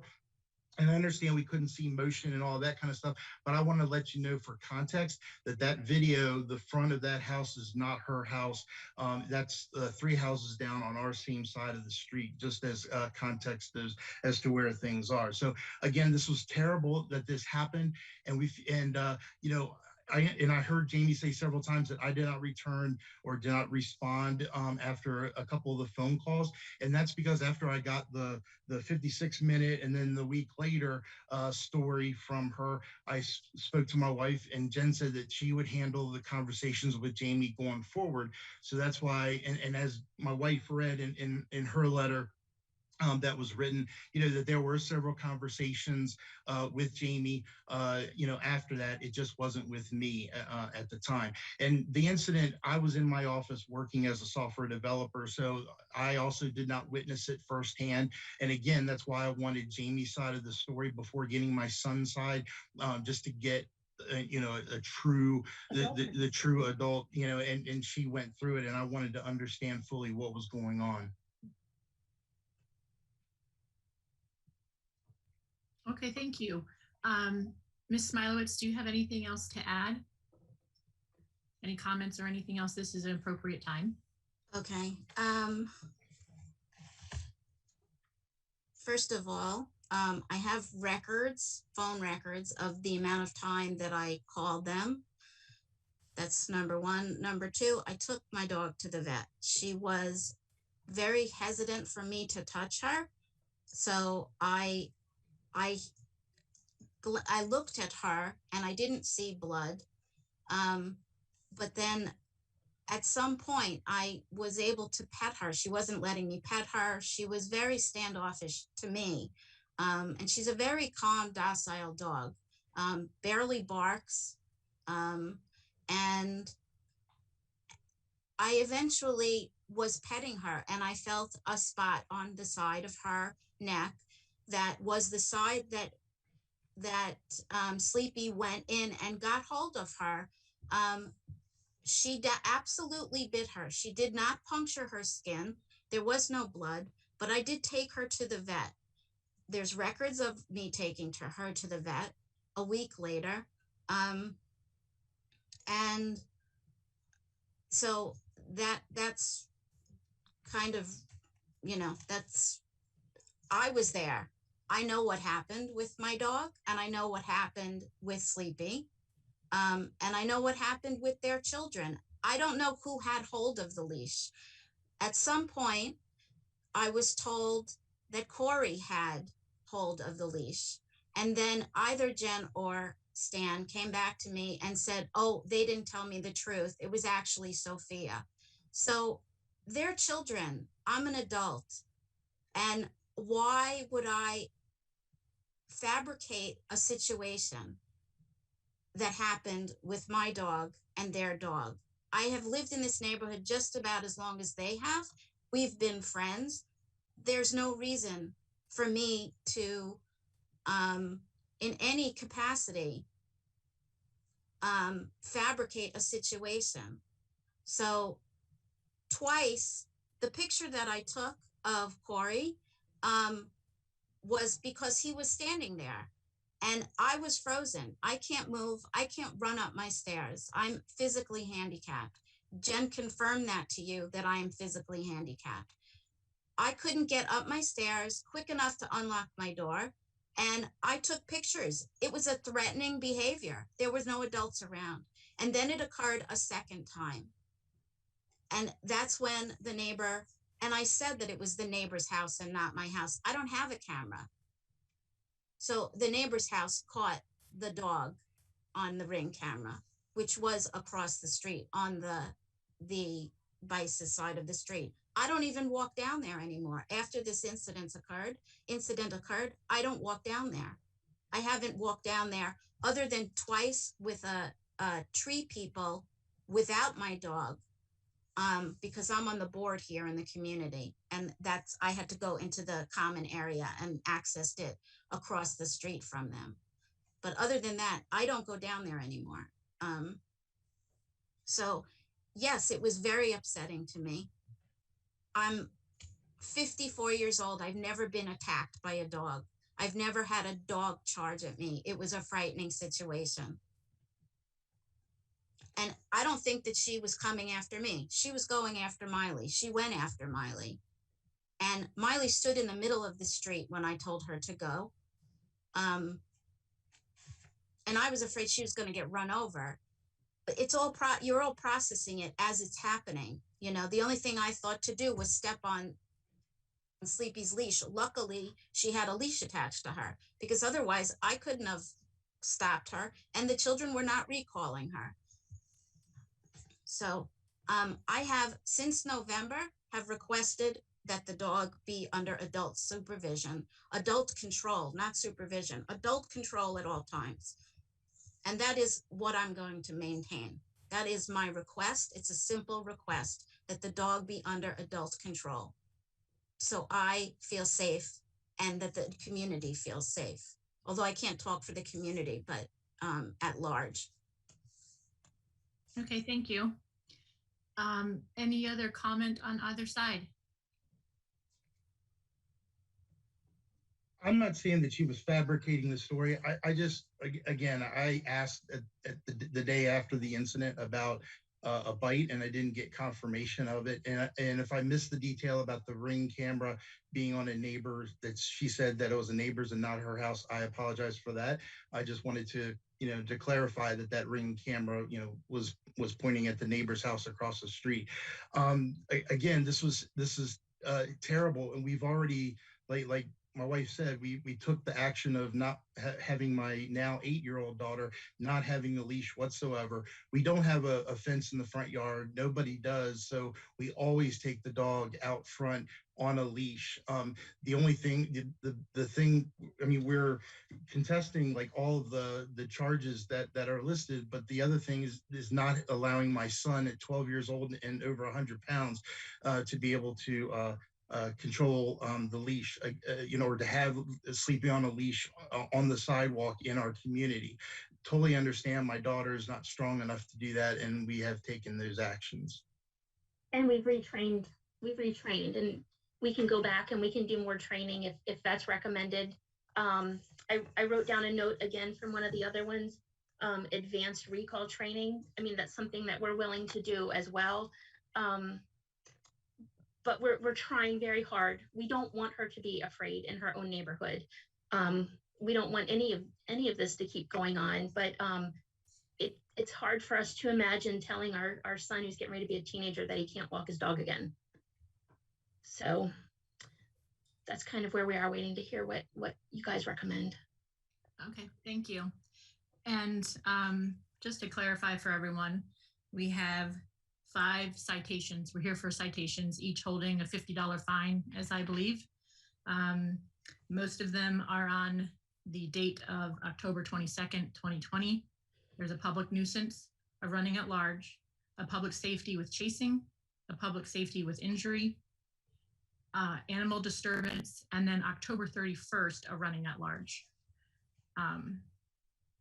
So there's been other evidence and cameras and things of other dates submitted, but oftentimes, and we're gathering some of the history here, and that is pertinent information, but I'm also just reiterating that we focus on the dates of the actual citations.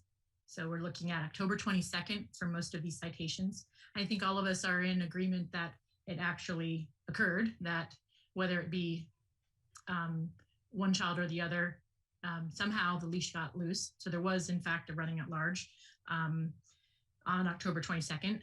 And I guess what we'll deliberate as a committee and try to understand how best to handle 5 citations, and we'll go from there. And then, to just point out if there's any other questions, as commissioners have any questions for them, because I think I just have sort of a comment, is that I'm not sure if we are able to mandate whether a child or adult is walking. I mean, there's common sense, but I don't know if there's anything in a citation or enforceable that we could say to an owner that a certain age can't be holding the leash of a dog.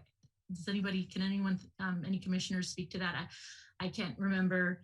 In citations, we're dealing with $50 fees here, I think it will only be in a PDO or dangerous order. Right. Just as that, do any of the commissioners have any questions for either party at this time? Yes, I have a question, kind of go to both of them. Would the use of a muzzle mitigate this situation? That would make me feel better. Oh, absolutely. Absolutely. I still couldn't physically get away if I was being charged as we were on the 22nd. But absolutely, yeah. I just want to address the different citations. I was just told that for each item, I had to write an affidavit. I said, I can't just write one affidavit. They said, no, for each type of thing you had to write. So I did what I was told. Right. Otherwise, I absolutely would not have sent any, all of that. And I was not told that there were fines involved. And I apologize for that, because I tried very hard. And that was my hesitation, to not call animal control, because the Bices were my friends, right? I depended on them for my food during this pandemic. And, they stopped calling me. And, their dog attacked me and my dog, who is a calm little tiny dog. And, it was unprovoked. And, it's terrible. I've lived here for almost 18 years. And, it's ridiculous. It's just absurd to me. So yes, I want my safety. Ultimately, I want my safety. I cannot run. I cannot get away from a dog. So a muzzle, yes, would protect me. God forbid the situation happened again. Mr. and Mrs. Bryce, how would you feel about that? I would certainly do a muzzle if that's the recommendation, but I just want to remind you, she waited over a week to go to the vet, and she told me when I talked to her during that week that she didn't think Miley had been bit. She said that to me at first and then decided to go back to the vet. I feel terrible. We're doing everything in our power. We don't want her out alone, but a muzzle is fine if that's what needs to be done. I'm not in any way saying anything other than just trying to mitigate the situation in the community there in your neighborhood. Yeah, to Ed's point, we don't have the jurisdiction on a citation to Correct. enforce any of that recommendation. What we have the opportunity in this forum when sometimes communication falls short amongst neighbors, and there's been maybe this forum, to Ed's point, can be a healing platform where the conversation can be had in this moment for you to go forward with your own solutions. What I'm hearing from a community and neighbors that have a relationship is that the relationship and communication broke down. And while we can make some recommendations, that surely is not holding any water. These are citations that we'll discuss about what makes sense and the fees appropriately. There was an incident. And then going forward, I guess our advice sometimes is just to try to help heal a situation between neighbors. And so while a muzzle is probably not a situation, and all that Mrs. Smilowitz is asking for is an adult holding the leash. Again, that's not something that there's not as far as I'm aware, like a law that we can reference to that, or, but it's common sense, and clearly you've taken common sense steps, and it looks like you've done a lot of training and with the videos and taking responsibility, and then not allowing Sophie, the 7-year-old, because again, that makes common sense. But in that training videos, I do see still some manners, some jumping, and some concerns, some manners. Even with the small dog introduction, it's not aggressive, but inappropriate behavior of jumping. And if someone is startled by a dog jumping on them, like, that behavior is not okay. And I think you're seeing, even on the trainer side of things, that there's too much jumping. You've got some work ahead of you. But as your neighborly thing to do, I think you guys will figure it out. I think that you both have valid points. And, I just wanted to, that's, what we're here for sometimes, the platform for healing of neighbor communication. Yes, you'd like to say something? Yes, and we're putting the funds into going with more training, and we can continue training with her. But we would like to ask that the fees that go along with the citations be waived, because we are putting that money is better used, I think, to going into additional training, as you said, and especially the advanced recall training sounds very interesting for us to explore. Thank you. And commissioners or any other parties have any other further questions or comments, and then we'll deliberate. Anything else, folks? I wanted to confirm with Phil that we did not receive any veterinary records in our files, correct? I did not see anything. I didn't see anything. Okay, just confirming. But Mr. Hall, I sent that to you, as well as actually not to you, to the officer that I spoke with.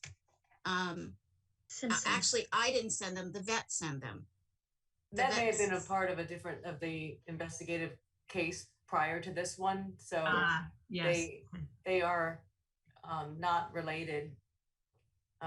So we don't have them in our packages for evidence.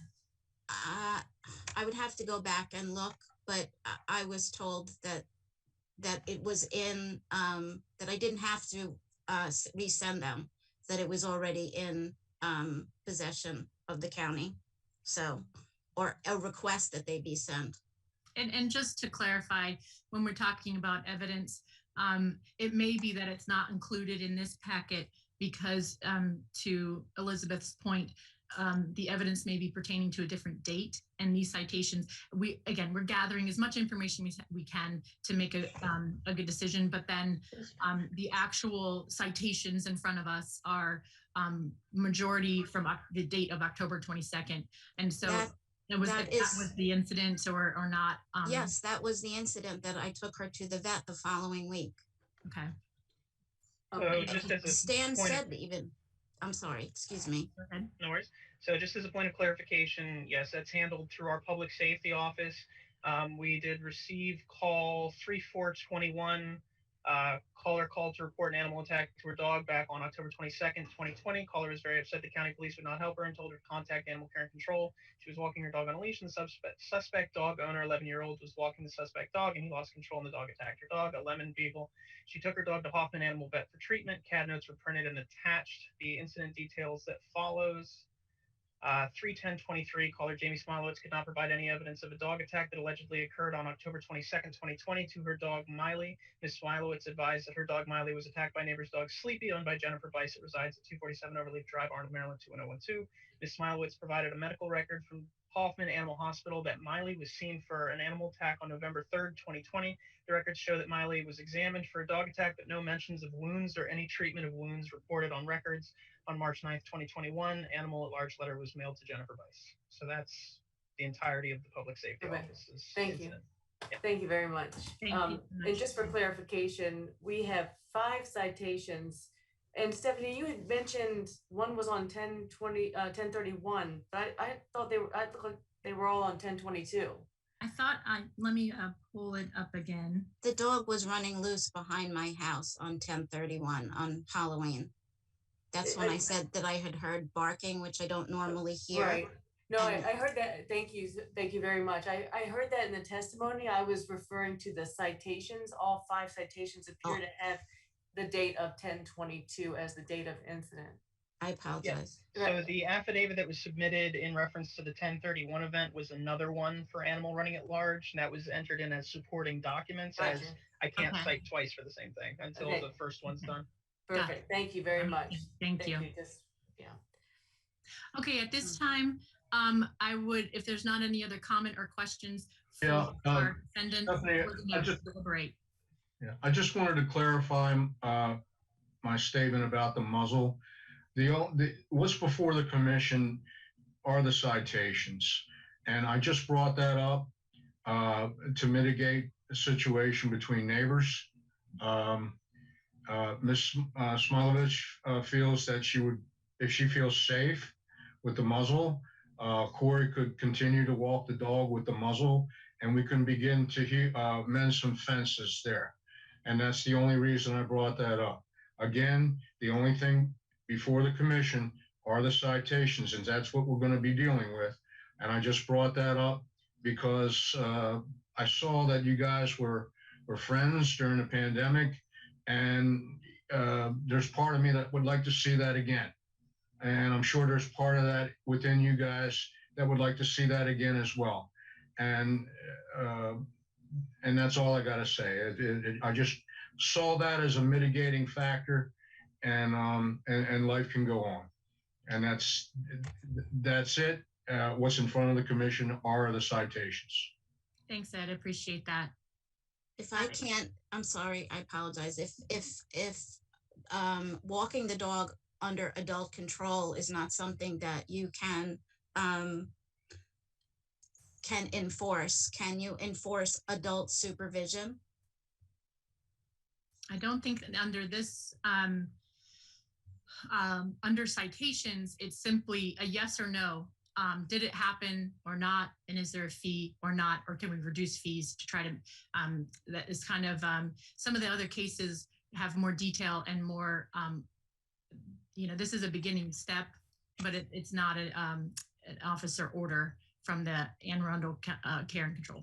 So that's what we're here for, citations and fees, but we're gathering the background. Not that any of that is enforceable, but there's common sense and maybe things that you guys can do to try to, we'll do our best for suggestions, but they're merely suggestions. So we can't really enforce whether adult or child or supervision for walking the dog, or even just having the dog out in the front yard leashed up to go potty as a minor. That's not under our jurisdiction today. So should something happen again in the future where, I mean, I perceive what happened if I'm standing on my property in my driveway and the child is coming towards me with the dog that attacked us. that's a threatening behavior. And I wrote that in the letter to the Bices. And I realize that that is subsequent to the dates, but it's proof to me that nothing was being done, that it wasn't the seriousness of it wasn't being taken seriously, because it happened in February and it happened in March. So and just, I know Ms. Bice has one other thing to say, and I will say that there's an actual incident that happened on October 22nd, and then a leashed dog walking, whether they're walking away from you or toward you. I don't know if we have the ability to determine a subjective feeling of aggression or approaching. So I don't mean to diminish what you've been through and how it feels when they're walking in your direction on leash, but from our point of view, the anxiety or feeling around an approach and perception, we can't speculate on that. We don't know if a dog is walking on leash and coming towards you. An incident didn't happen, and we can't make decisions based on what, at this point, if it didn't happen, there wasn't another incident. We can't really comment on that of what could happen. But suffice to say, though, excuse me, I apologize, but Mrs. Bice said to you that she told her child not to come towards me if he saw me. So those are two incidences. Time-wise, I'm not privy to when Mrs. Bice spoke with her son. I will say that is something that they are doing as a kindness, but it's not part of legislation. It's not part of these citations or guidance. There's something that they're changing, like you aren't walking in that direction anymore, and these are modifications that they're voluntarily doing but not enforceable, and that's where this is a good platform for discussion, for you to be comfortable, if possible. If there's anything that they can do to help, that's where I think that neighbors are coming from. But again, it's not something that we can speculate or speak to or enforce. But the changes that people make in their walking and leashing and guidance of their family dog, it's again, they're doing that voluntarily. So I mean, they're doing that anyway. Ms. Spice, you have something to say? It's more for Jamie. We said to Corey after he was out in the driveway and he was speaking to you, number one, it was unacceptable to us that he would raise his voice to you, to any adult, and he was disciplined for that when he came back in the house. And then when he went out and he stood there and he looked at you, we followed that up with saying, if he sees you outside, to assure that there's no further anxiety, that there's trying to make sure that, again, you are feeling safe, he is to turn around and come back inside.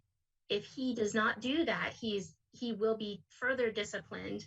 But as a matter of course, he has not actually been allowed to go outside, even to take Sleepy to go to the bathroom, since all of this, since that last time you saw him outside.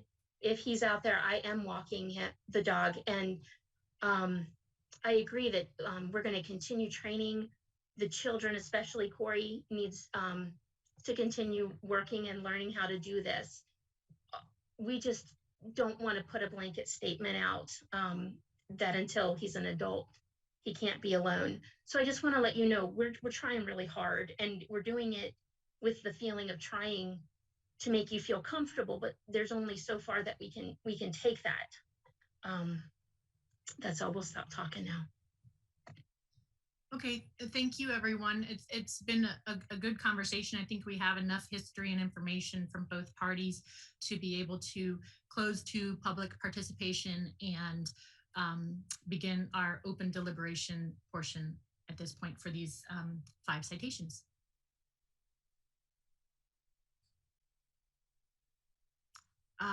Let's begin comment.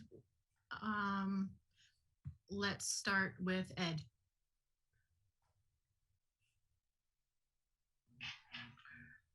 Yeah, because of my past work that I've done, I always try to mitigate things, and that's why I tried to mitigate it. I like people coming together rather than living at odds with each other. And I think there's a possibility that this can happen with these folks today. I believe that the citations are a bit of an overkill for the situation. After hearing everything I heard, there was an incident. I don't want to say who was right or who was wrong with the incident as described, but I believe you know, it probably could have been avoided. Anyway, I don't think the dog is a public nuisance, as that word goes or that phrase goes. There was maybe one or two incidents where it was at large or got away from the walker. So I think that would be the only thing that we would be looking at. And I heard the complainant state that she didn't want to impose any monetary discomfort to the Bryces. And the Bryces also said that they are investing in the training of the dog. I would be inclined, and I'm just throwing this out there, to reduce the citations to one at large and cut the fine in half to $25. And that's just what I feel would be right in this situation. I don't think $250 is fair here. I don't think it warrants that. I think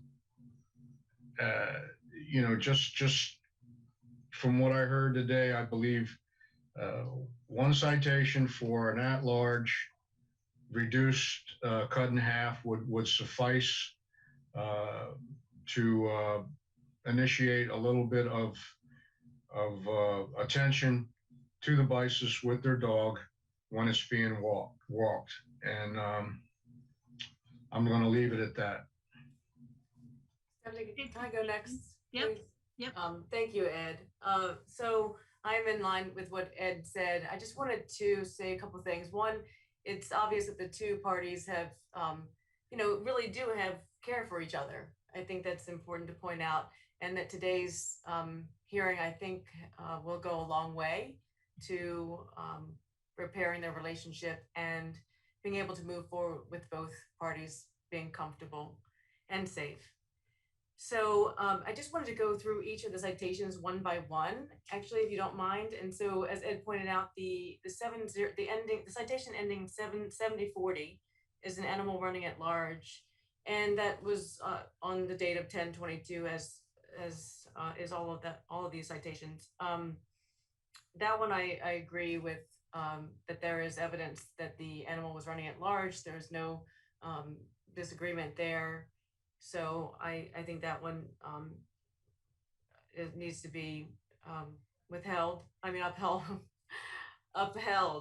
And as far as the fine goes, I'm either happy to keep it whole or cut it in half. Citation ending in 7041 is a public safety. That's the you know, approaching in an aggressive manner. I don't see evidence of that. So I think that needs to be dismissed. The 7042, public safety, inflicting injury, there's no evidence of that. So therefore, that one I believe needs to be dismissed. The citation ending in 7043 is an animal disturbance citation. I don't see evidence of the animal disturbing the quiet or person of the neighborhood. and the 7044 animal public nuisance. I don't see any evidence of that either. There's not a repeat behavior. There weren't a lot of neighbors testifying here today. So that's my conclusion there. I just want to make sure we went through them one at a time. Yes, perfect. I was Thank thinking you. the same thing. Thank you. Thank you. And we'll move on to Matthew. Any comments? Yeah, I completely agree with everything. I agree with cutting the fine in half, keeping the 7040 citation, and cutting the fine in half, given that they are investing money and time in mitigation strategies and training on their own time voluntarily. Appreciate that. Yes. Gregory? I would say the same. I didn't see any evidence. I can see that there's 5 citations, but based on everything I heard, I could clearly, based on both stories, I could hear that there was evidence of running at large. The other ones, I feel like with training, they could be easily avoided. And I believe if we do keep these, they will be a record of that. And so just to allow training to do its work, I think this case is enough to just keep as a record and just keep the running at large. Okay. Thank you. Jennifer?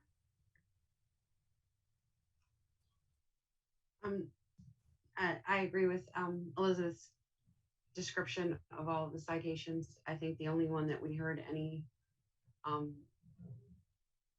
real evidence for was the animal running at large. I think it's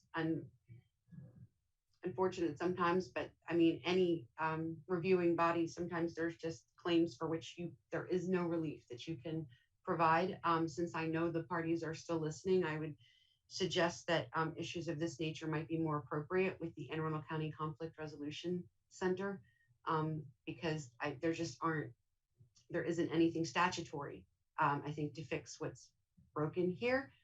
This to me seems to be an issue of more of trust among friends, and there isn't much else that this group can do to repair that.